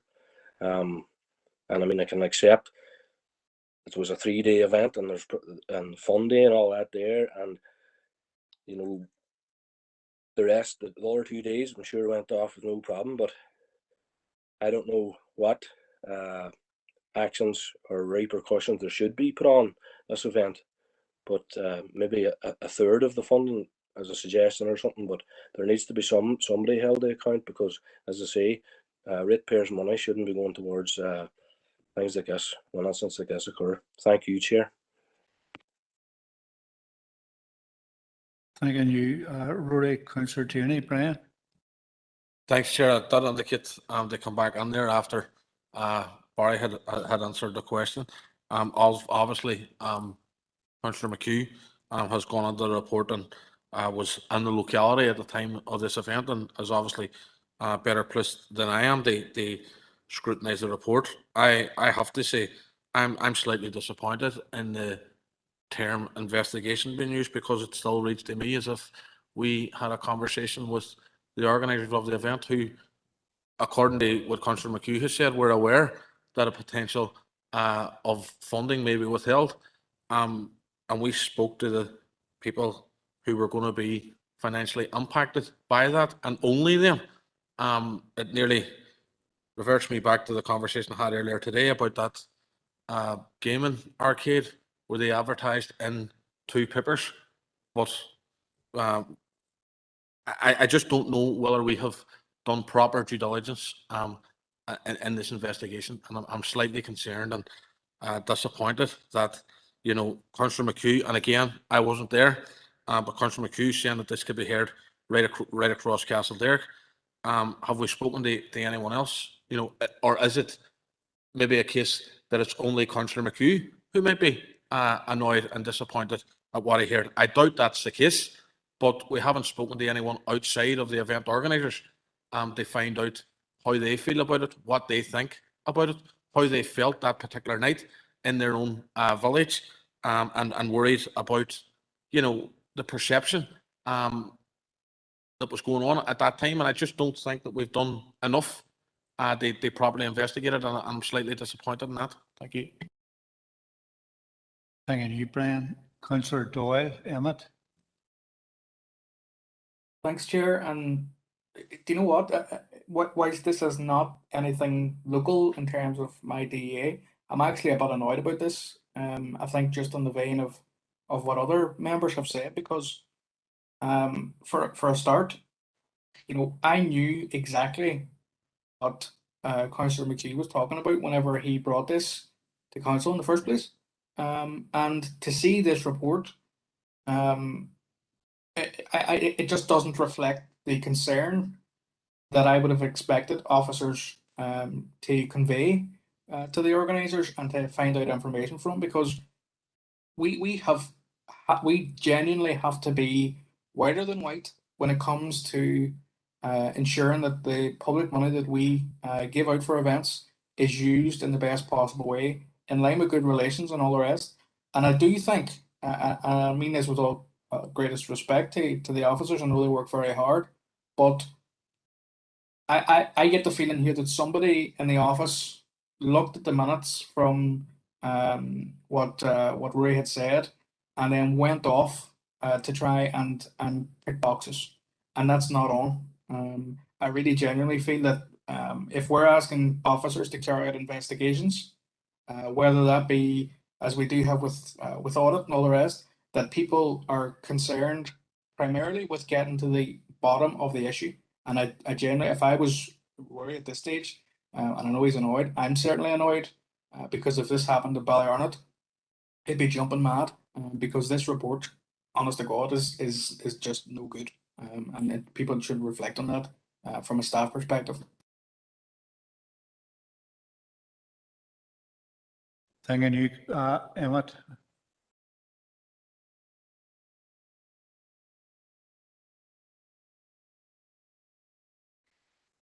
Thank you, Chair. Was Councillor Hussey, did he get an opportunity to speak? Yeah.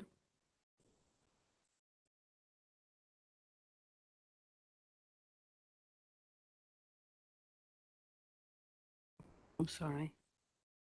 Okay, no, listen, he's there.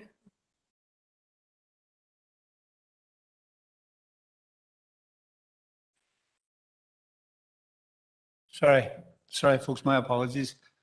I don't want to be speaking for him, but that reads to me as if Alderman Hussey was relaying the message from Alderman Kerrigan back to the Marksborough, and not them too, I mean, into what I'm saying for now. But Chair, whenever you can, I wish to speak on the issue. Okay, thank you, Chair. I've been listening very carefully to what others have been saying in this regard. This was brought to my attention the day after this had happened in Castle Derrick, and I, like Councillor McHugh, have issues with some of the comments in the report, and you know, in relation to that the organisers were aware of the individual under the influence of alcohol, and it was dealt with promptly by the organisers. I certainly, for one, do not believe that it wasn't dealt with. This continued for a long period of time. If someone gets up on a stage and starts singing sectarian chants or songs, you deal with it promptly there and then. That wasn't the case in this regard. And I've heard that not just from elected reps, but from people who were there that evening, that this sectarian chanting went on for quite some time. I would be of the opinion this evening, Chair, that we look further into this, that the letter of offer is upheld until we get a further written report back in regards to exactly who said what and who done what and who was involved in the investigation. A lot of people are angry in Castleberg that this has happened. A lot of work has been going on in the background for many, many years to get good relations in Castleberg and to get, you know, communication and good relations and support from both sides of the community to have events like this. And then we hear and witness what had happened on that night. And as Councillor McHugh said, this was a relation of the person involved in the music, the Richie Remo. You know, efforts could have been made on that night to stop what had happened, but it didn't happen. So I appreciate the work that officers have done in this regard, in this report, and bringing forward this report to the council. I am not suggesting for 1 minute that I don't believe that councillors have engaged with the organisers, but I do believe that their lies been told here by the organisers. This wasn't dealt with promptly. This was allowed to continue on for a period of time. So much so that our phone lines the following day were gone off the hook, just with complaints being made. So I would be of the opinion to uphold the funding this evening. I do appreciate others who've said propose it and get it through, but I'm certainly not happy that that we would propose to offer the funding to this group, given that there's still so much anger in regards to this, and we would be seen to be rewarding bad behaviour. Thank you. Thank you, Councillor Boyle. Alderman Hussey, Derek.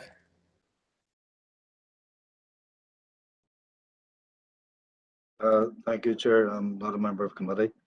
To say I'm disappointed with some of the rhetoric which has come up around this and the vilification of the organisers of this event on the back of a report which to me is a very factual and actual account of events as I have heard happened. Like others, I wasn't on site. I was in town, and I have to say I did not hear some of the stuff that people are saying or alleging were said. I have no doubt, perhaps they were. As to the time factor, I have doubts again. I am assured by the organisers that there was a promptness as soon as the particular person who had the microphone went off key, shall we say, and Councillor McHugh would say it was off key in more ways than one. But as soon as he went off page, perhaps is a better word, once he went off page, the organiser immediately stepped in with the person who was in charge of the amplification. And indeed, there was vilification of that person who went to stop that, and it was done promptly. I believe the report is a fair reflection, and it's regrettable that some seem to be using this as an avenue to enhance vilification of the organisers. But I'm not a member of committee, so whatever decision committee takes will be up to committee. It will of course come through the council. But just before I do conclude, can I wish Castleberg Young Loyalist Flute Band well in their venture this weekend as they proceed. Thank you, Chair. Thank you, Derek. Councillor Ferguson, Rachel. Thank you, Chair. I've listened very carefully because I know I'm not a councillor from the area, and I know local knowledge is always a little bit more detail. It's a hard one because my first term in council, Castleberg, in the bonfire working group, the work they've done up there was absolutely fantastic in the festival, and it's sad to see that it's been overshadowed by an incident like this year. And again, and two friends of mine here, I do agree with Councillor Tierney in the sense of I feel like maybe a little bit more digging needs to be done because this is good relations funding, and we need to be seen to be really digging into this to making sure that it's not just put to one side with a quick phone call and reassurance. And at the same time, I don't want Castleberg Loyalist Man to feel like they're being blamed for maybe someone who's just jumped up and done this. But I haven't seen any videos. I haven't seen the incident in question. I know people talking about it and have seen it. So at this moment in time, I don't think there's enough in the report, and from the sense that people are saying it's more of just a conversation with the organisers. I think there needs to be a conversation with people that were there, a conversation with local elected reps to see if there is video, is there anything that can kind of corroborate what had happened and what had gone on, because there's two conflicting stories here, and I'm not being a councillor from the area, I'm not sure which one I can kind of see. So at the moment, I do feel really conflicted on this one, so I'm going to abstain until I get more detail, because I couldn't approve good relations funding if one side, and I don't want the other side to be penalised either. So I do think more detail, more investigation needs to be done before we can proceed properly. Thanking you, Rachel. Thanks, Chair. I'll just come in terms of the investigation conversations that have been had. I think back to Councillor Tierney's comments around it. The Good Relations team and other senior officers within that section have spoke to individuals and looked at our criteria around what we can and can't fund and what you can disallow. So one of the things, members, that we definitely need to look at across all of our grant aid is issues around this. If you may be in breach of things like not procuring properly or doing whatever, and that's what we normally penalise groups on around funding. But there's nothing really particularly specific around issues like this or other serious issues, particularly around good relations funding. So that is something we will have to review. The team did go and investigate, can we hold money back based on the terms and conditions of their letter of offer?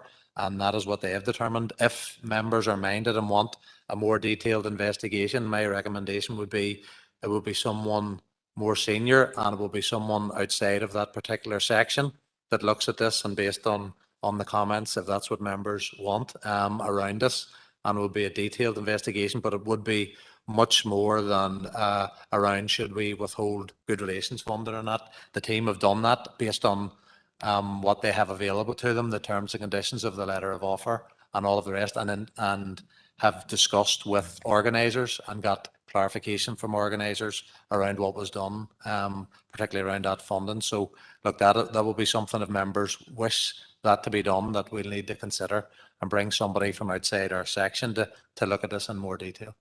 Thanks, Chair. Thanking you, Barney. Members, in terms of, there's obviously been a number of speakers in this. There's actually a proposal and a seconder proposal seconded down in relation to this. And I just want to ask the proposer and seconder, I didn't even want me to ask them, but does their proposal and second stay and we go to a vote on it, or is there proposal hold back and we use more time to take a look at this and the latter part of what Barry, the council officer, says? So we need a wee bit of direction on this, but if the proposer and seconder want to stick with their proposal, then we can go forward on that basis as well. Of indication. Yeah, I appreciate, as I said, that this has been proposed. by the first speaker this evening, Alderman Kerrigan, but I would recommend that we propose the officer's recommendation with a further detailed investigation with someone, you know. Unless I'm outside of wrong, the- with all due respect, if the initial proposal stands, that's a proposal we look at first. Yeah, like, but so, we'll have to go to a vote. That's have made, or not made, have suggested the proposer and seconder, if they want to stick with the proposal, as it, sorry? Oh, sorry, Matt. No, if the original proposal stands, then that's what we're faced with. Chair, it's Alderman Devaney here. I don't know whether Alderman Kerrigan is online at the moment. I can't get him because I know he had to pop out and he was on his phone when he spoke. But in light, look, I just want to go over the issues, yes, and look, I see the report here in front of me. And I take it to be, look, as honest as what an officer can put in front of us. And I know there are concerns from other, and I hear words like lies being used, people telling lies and stuff like that there. And you know, we always look at the officer's recommendation. And I think here, when we look back at the officer's you know, and it's quite clearly stated, there was no breach to withhold any money in this case, but there is a but, and I do agree, Chair. The officer then clearly stated that they would have to, in future, look at the parameters and around issues like this. And you know, let me. The issue happened with one act of a full, I don't know, many days it was, and one act went wrong. And I don't believe that the group should be punished for that. And I take it on their honesty and through the report here that they were quick on the ball and spoke to council officers. I don't know what length the conversations was or what that may have taken place. But Chair, look, I'm happy that that officers go away again and look at this, and we review it again. And as Barry said, and look, hopefully we'll come back with the same, you know, the same truths as what has been told, and that there will be no lies in it. So, look, I think on behalf of the proposer, and look, I have no right to speak for him, but I think that we pull that proposal at the moment and allow due diligence to take place, because I'm fairly confident that it will come back again with the same outcome, that there was no breach and that we need to go away and look at the parameters and the guidelines and around good relations funding, because this could happen to any organisation out there. It could be this time it was in the PUL community. It could happen within a Republican community, and we've heard many songs sung by different groups and stuff like that over the years. But I do think we should look at the parameters, and on behalf of the proposer, I would withdraw the proposal and let due diligence take place.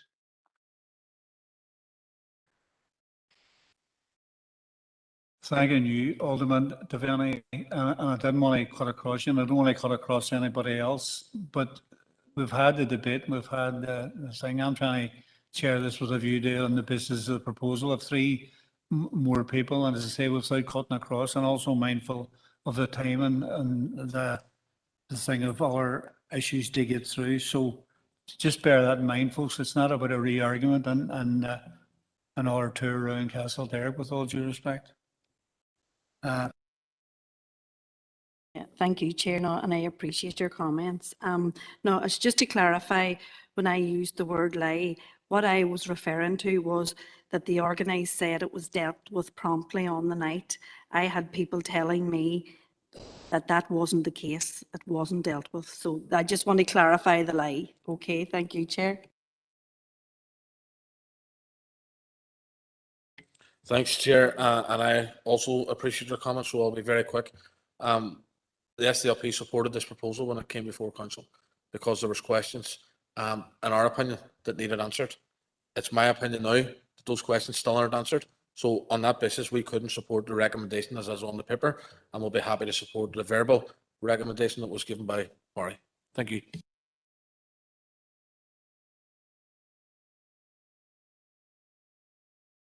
Councillor McHugh, Rory. Thanks for allowing me back in, Chair. Chair, just in relation to the process of proposing and seconding, has the guidance not changed now in terms of proposing and seconding at committee meeting? Because I chair a committee and I received correspondence recently from it was Sharon Maxwell, and it was guidance for committee chairs, and there's a part on it just says, as all proposals raised at a committee meeting are only recommendations, these do not require the names of members to propose and second. If the committee is in support of the proposal, it will be listed in the minutes as a recommendation. There is therefore no need for you to call for the names of the proposer and seconder. So I don't know how that fits into things, Chair. And I just reiterate the point again to you, Chair.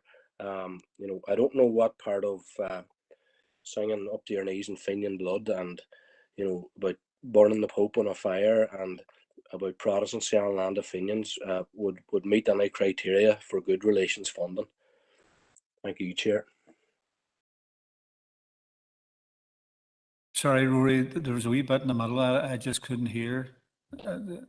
Well, you wasn't very, I don't know if it's the line or what. See, when you're talking about the proposer and seconder? Yeah, it was just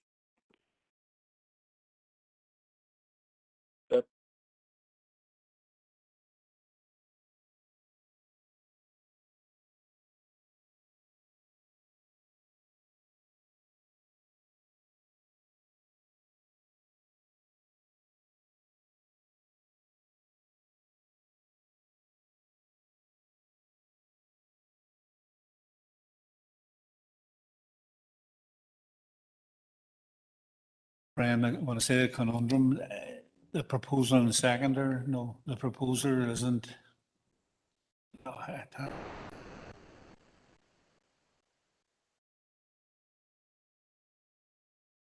apologies, Chair. I seem to have lost you there. there's just a wee bit, sorry, when you were talking about the proposer and seconder, Rory, that I wasn't hearing right, that well, the line wasn't great. No, it was just guidance for committee chairs that was sent through regarding proposals raised at a committee. And it says that as all proposals raised at a committee meeting are only recommendations, these do not require the names of members to propose and second. So I don't know how that fits into things, Chair, but it's just for your information.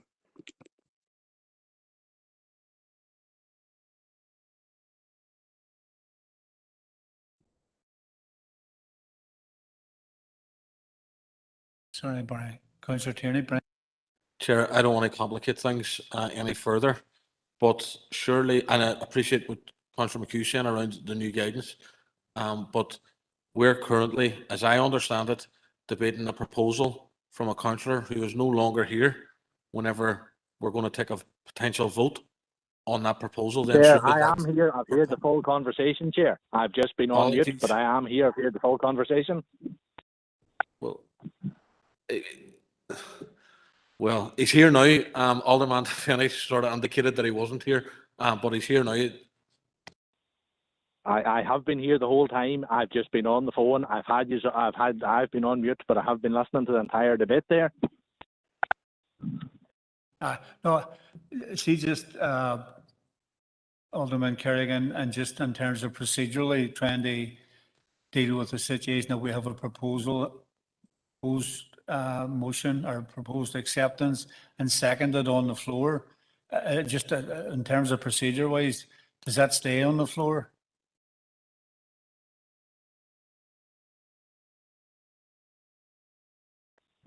Chair, are you asking me or are you asking the officer? No, Chair, I'm asking yourself. I'm asking yourself as a proposer.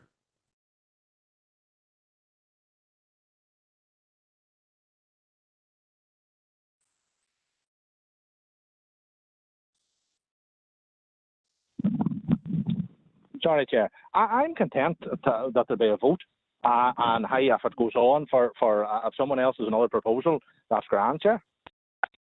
Okay. Chair, that's if Alderman Kerrigan wants to take it to a vote, then that's well and good. We'll vote on it. We'll not be supporting it for the reasons that I have said. But now that Alderman Devaney, on behalf of Alderman Kerrigan, suggested that he would remove the proposal, whilst Alderman Kerrigan was on the call according to him, where do we stand now? Because as I understand it, Alderman Devaney was speaking on behalf, which he said, of Alderman Kerrigan and withdrew the proposal. Alderman Kerrigan was allegedly on the call and didn't intervene to correct him otherwise. So as I understand it, then the proposal was withdrawn. So where are we now, Chair? Because I really don't know.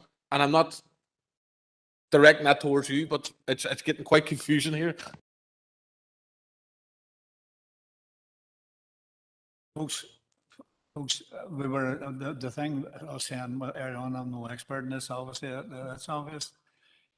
Whatever, and I don't mean it's in the wrong sense, whatever Alderman Devaney says, I'm just after talking to the person who made the proposal, and according to him, the proposal's still on the floor, and that's not cutting across anybody trying to be helpful. So I'm taking the proposal as it was proposed by Alderman Kerrigan, and if I'm right, seconded by Alderman Devaney, and I'm going to ask Barry to take a vote. Thanks, Chair.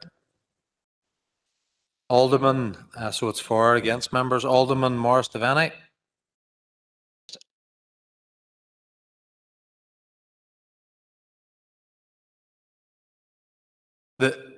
Just through yourself, Chair, the proposal is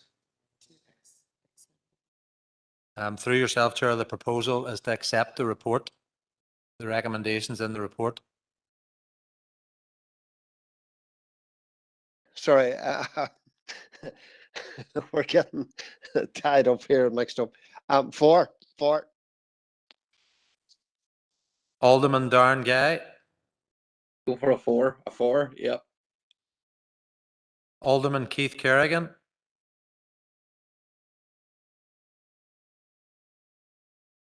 For. Councillor Senoy Barr. Against. Councillor Michaela Boyle. Councillor Sean Carr. Against, Barry. Councillor Sandra Duffy. Councillor Rory Farrell. Against. Councillor Rachel Ferguson. Abstain, Barry. Councillor Paul Fleming. Against. Councillor Sean Harkin. And Councillor Brian Tierney. Against.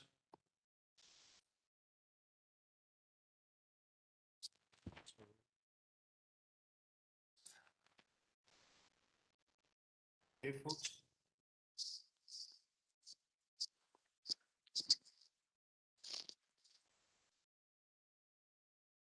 So members, just 7 against, 3 for and 1 abstention. Yourself, Chair. So are you happy enough in terms of the previous discussion that we'll go back and look at an investigation, but we'll do a detailed investigation? We've investigated as far as we can as an officer team around the terms and conditions for the grant aid, but it's more an investigation based on what Councillor Tierney and Councillor McHugh have said around the circumstances around the particular incident at the event that night. So we'll need to get someone outside of our section to do that independently that aren't actually administering the grant aid. Brian. I'm just wondering, Chair, if you need a proposer for that recommendation. I think the report, we need to see information if there's any sanctions that could apply or should apply, and that needs to take place in some of the reports so that we're not coming back then again. But if you need a proposer for that recommendation, I'm happy to do it, Chair. Proposed by Councillor Tierney and seconded by Michaela Boyle. Do we need to go to a vote on this?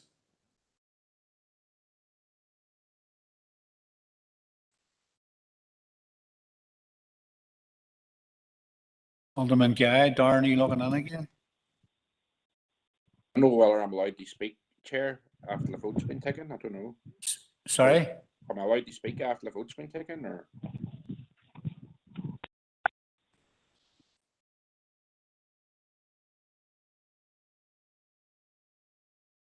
Sorry, Alderman Guy, there's been a further proposal put. And I was wondering, did you want to speak to that? Maybe I just mistook it. No, well, I can, but I'll just say what I was going to say anyway.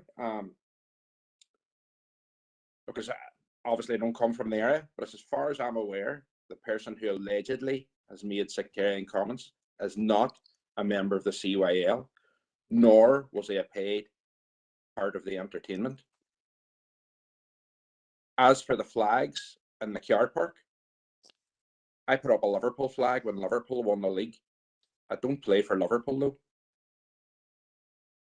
Members are assuming it was a quick conversation over the phone, which is disingenuous to the good relations team. Someone mentioned earlier that the report was no good.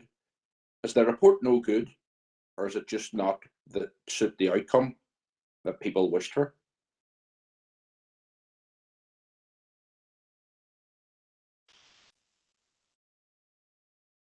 Apart from stating the obvious, Alderman Guy, what's your point?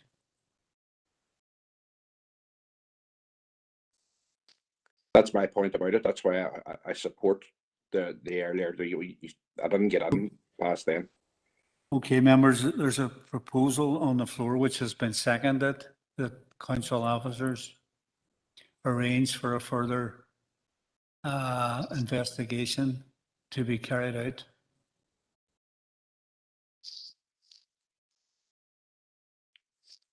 I'm going to ask Barry to take it to a vote. Thanks, Chair. Alderman Morris Devaney.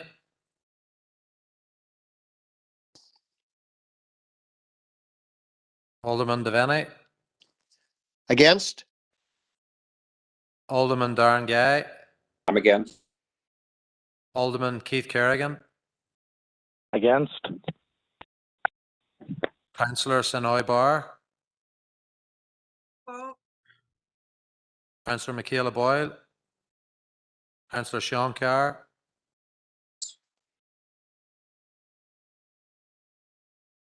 Councillor Carr. For. Councillor Rory Farrell. For. Councillor Rachel Ferguson. For, Barry. Councillor Paul Fleming.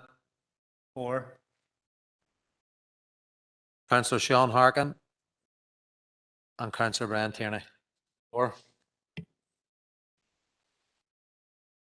Okay, members, thank you. That's item 13. Item 14, I'm going to ask Seamus to take this one, please. Sorry, Chair, just before Seamus takes that report, can I declare an interest as a member of the local commissioning group, please? And I'll probably have to leave the room. Just thinking. It's a pecuniary interest. I'll leave the room. Thank you, Brian. Thanks.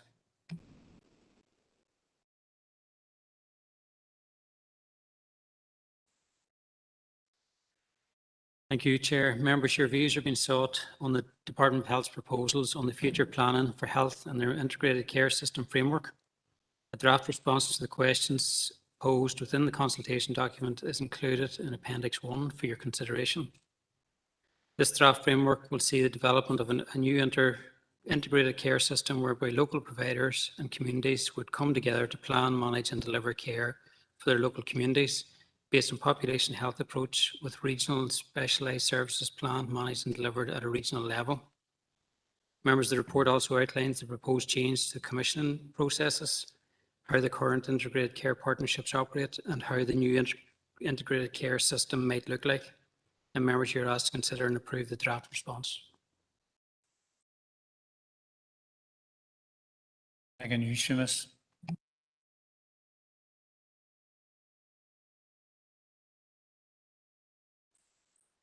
Yeah, look, Harkin, Sean.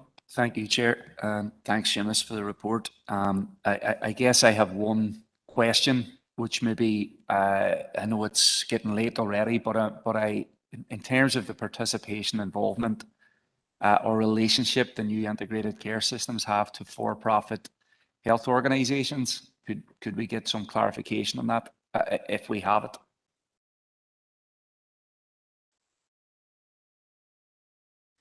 Members, by all means, the consultation response is due to be submitted tomorrow, but I've been informed that the Department of Health are happy to extend that by 2 weeks.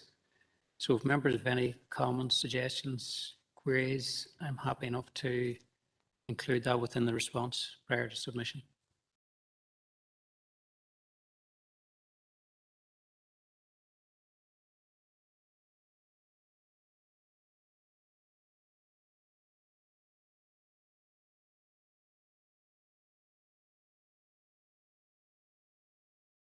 Okay, Sean? Okay. Okay.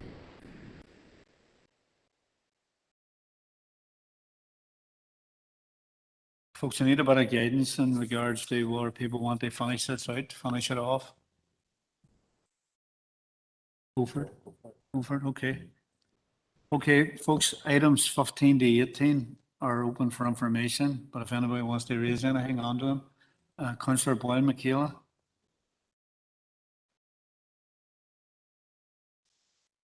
Michaela, have you, is your mic? Forgetful. Just item 16, Melvin Sports Complex, and I declare an interest as a member of the Melvin Steering Group. I know the item is just for noting around the business case approval by Sport NI in terms of indicative funding, but this funding will go in some way to, I suppose, finalise a centre of what I believe is a centre of excellence right in the heart of Strabane. It's very welcomed, and I believe it's indicative, but hopefully Sport NI, the conclusion of this will be that we will get the complex, Melvin Sports Complex, integrated with the change in places toilet, the works that need to be carried out there, and everything associated with that. So just to welcome it. Thank you. Thank you. Councillor Boyle, and I see, let me see. Councillor Doyle, Emma, to see you're looking at items 15 and 17. And sorry, just before I see Morris, you're asking about the 8 o'clock cutoff. I sort of did ask people there, what was their thoughts or guidance on this, and people that did speak says try and see it out. Okay, Chair. I thought maybe it was a ruling that we had to cut off for the reasons that you stated very early at the beginning of the meeting. No. I think there's a degree of the latitude, but hopefully we can shorten the latitude. Councillor Doyle, Emmett. Thank you, Chair. Are you content, Chair, for me to do 15 and 17 together? I won't be long on them, just to save a bit of time for people. That's okay. That's okay.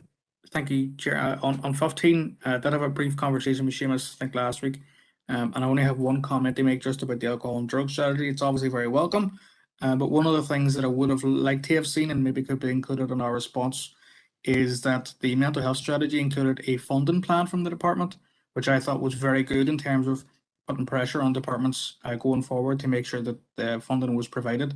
I'd like to see if, in our response, if we could ask that a funding plan be put together and released as part of it, because I think it'll help in terms of lobbying, in terms of being able to acutely focus on individual parts of the strategy. And just in terms of item 17, Chair, it's I'm trying to be a bit crafty with it, and I know I can't make proposals, but under the item for La Dolce Vita, we had undertaken to write a number of letters to funding stakeholders. I was made aware of an issue for an organisation in my DEA recently as part of the Health and Social Care Board's Fair Play Grant Scheme. And I'm wondering if I can provide the details to Seamus. Can we ask, and again, I know I can't make proposals, but if we could write to the Health and Social Care Board around the overall amount of funding allocated to this very important scheme, as a number of organisations have in the district have missed out. And it's very, very important that we get funding for effectively what is children with additional needs. Thank you, Chair. Thank you, Emmett. Councillor Harkin, Sean.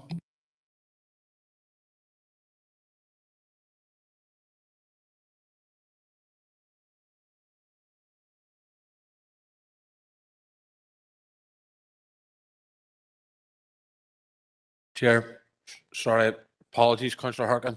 I'm going to go again on our pecuniary interest in that one, so. No problem. Yeah, I didn't have the mic on, so I'll just repeat that. Thanks, Chair.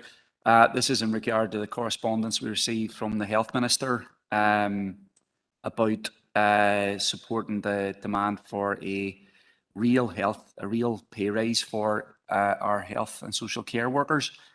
I think the response is very, very disappointing. I would go as far as to say I was about stunned to read that he has already accepted the Tory recommendation and plans to move forward with implementing it, which is, I read that, and then I read today in the newsletter his plan for rolling this out. So he's essentially planning to impose Boris Johnson's paltry pay offer. And in his letter, he says that he doesn't even have funding for 3%. Now, the problem here is that 3% right now is below inflation. Inflation's running at 4%. So this is what he's proposing to do, is impose a effective real terms pay cut on the health and social care workers. And I just think that this goes against everything that we've kind of called for and demanded. It is so far from what health and social care workers deserve, but also what they've been demanding. And I think that there is, we know that some health and social care workers are demoralised because of they're exhausted, and because of the state of because of what's demanded of them over the last year and a half. So there is a demoralisation, but an increasingly angry mood, and I think that this will not help in terms of the morale of our health heroes. I read tonight that our mayor has now circulated a call for a kind of symbolic or art installation to honour our health workers. And I think that these are, I like that sort of stuff, but this is not what people want to hear right now. So I have a proposal written up, and I don't know who to send it to, but I would like us to discuss it. Who should I send it to, Chair? Libby Bell. Is that okay?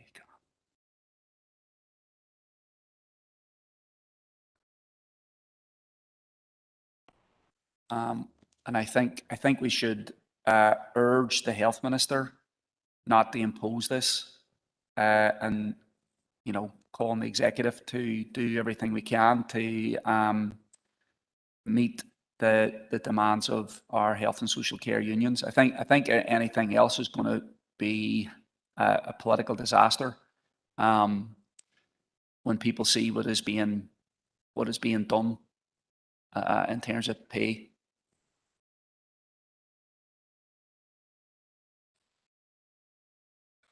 Wait a second.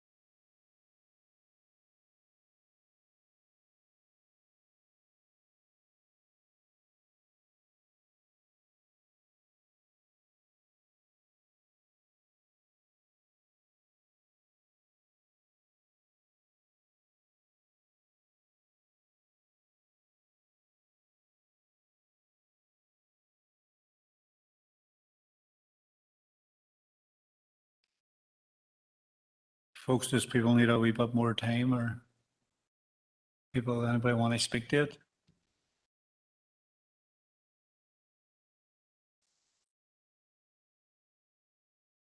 Chair, it's Alderman Devaney here. Go ahead, Morris. Thank you, Chair, for allowing me in. And look, I do understand the sentiments and around the proposal here. And look, we've all argued that the 3% isn't enough for our health and social care workers. And at the end of the day, I mean, the proposal does quite clearly state here that the Health Minister does not impose this insulting recommendation. You know, at the end of the day, I would be very much minded, take the 3%. And look for more. That's the only problem I have with it. Just there that it does state that the Minister does not impose the insulting pay recommendation. Thank you, Chair.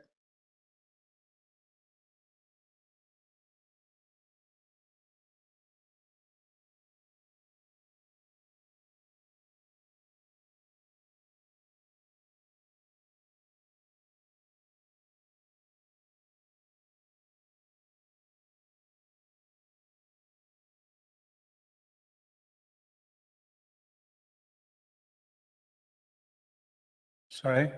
Just going to maybe bring a point of clarification regarding the letter, because what the letter says is that funding held by the department does not go far enough to meet the recommendations of the pay review bodies. So what he's saying is he doesn't even have 3%. That's what I read there.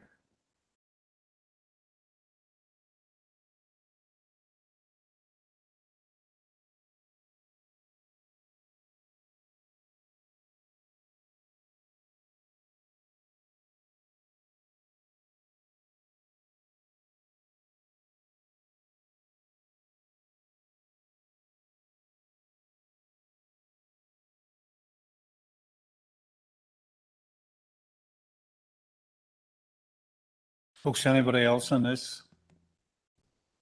If not, I'm going to put it to the floor.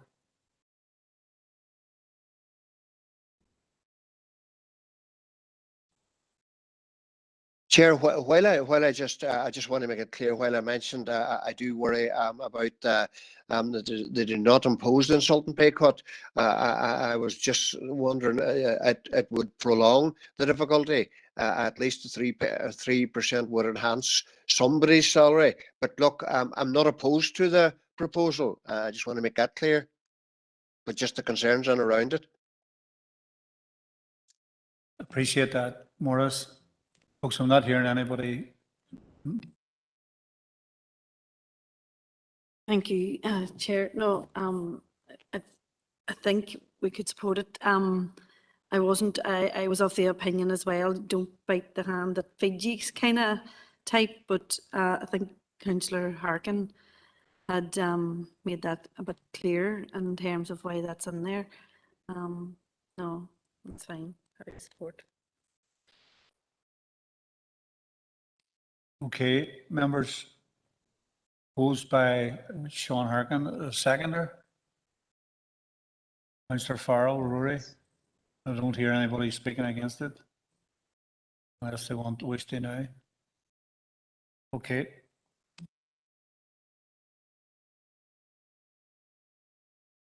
Councillor McGinley, Emma. Thank you, Chair, for letting me come in. It's just to welcome the alcohol and drug strategy in point 15. Obviously, there's a need for detox and mental health services, particularly in the city and across the district. So, with this strategy being brought on, it'll allow us, as Councillor Doyle had referred to increase the lobbying in terms of the services that are needed.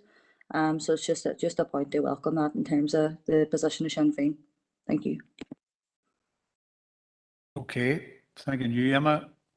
Folks could have a proposal again the confidential, and could we invite Councillor Tierney back? Proposed, Alderman Devaney. Thank you, Morris. Seconded. Councillor Farrell, Rory, thanks.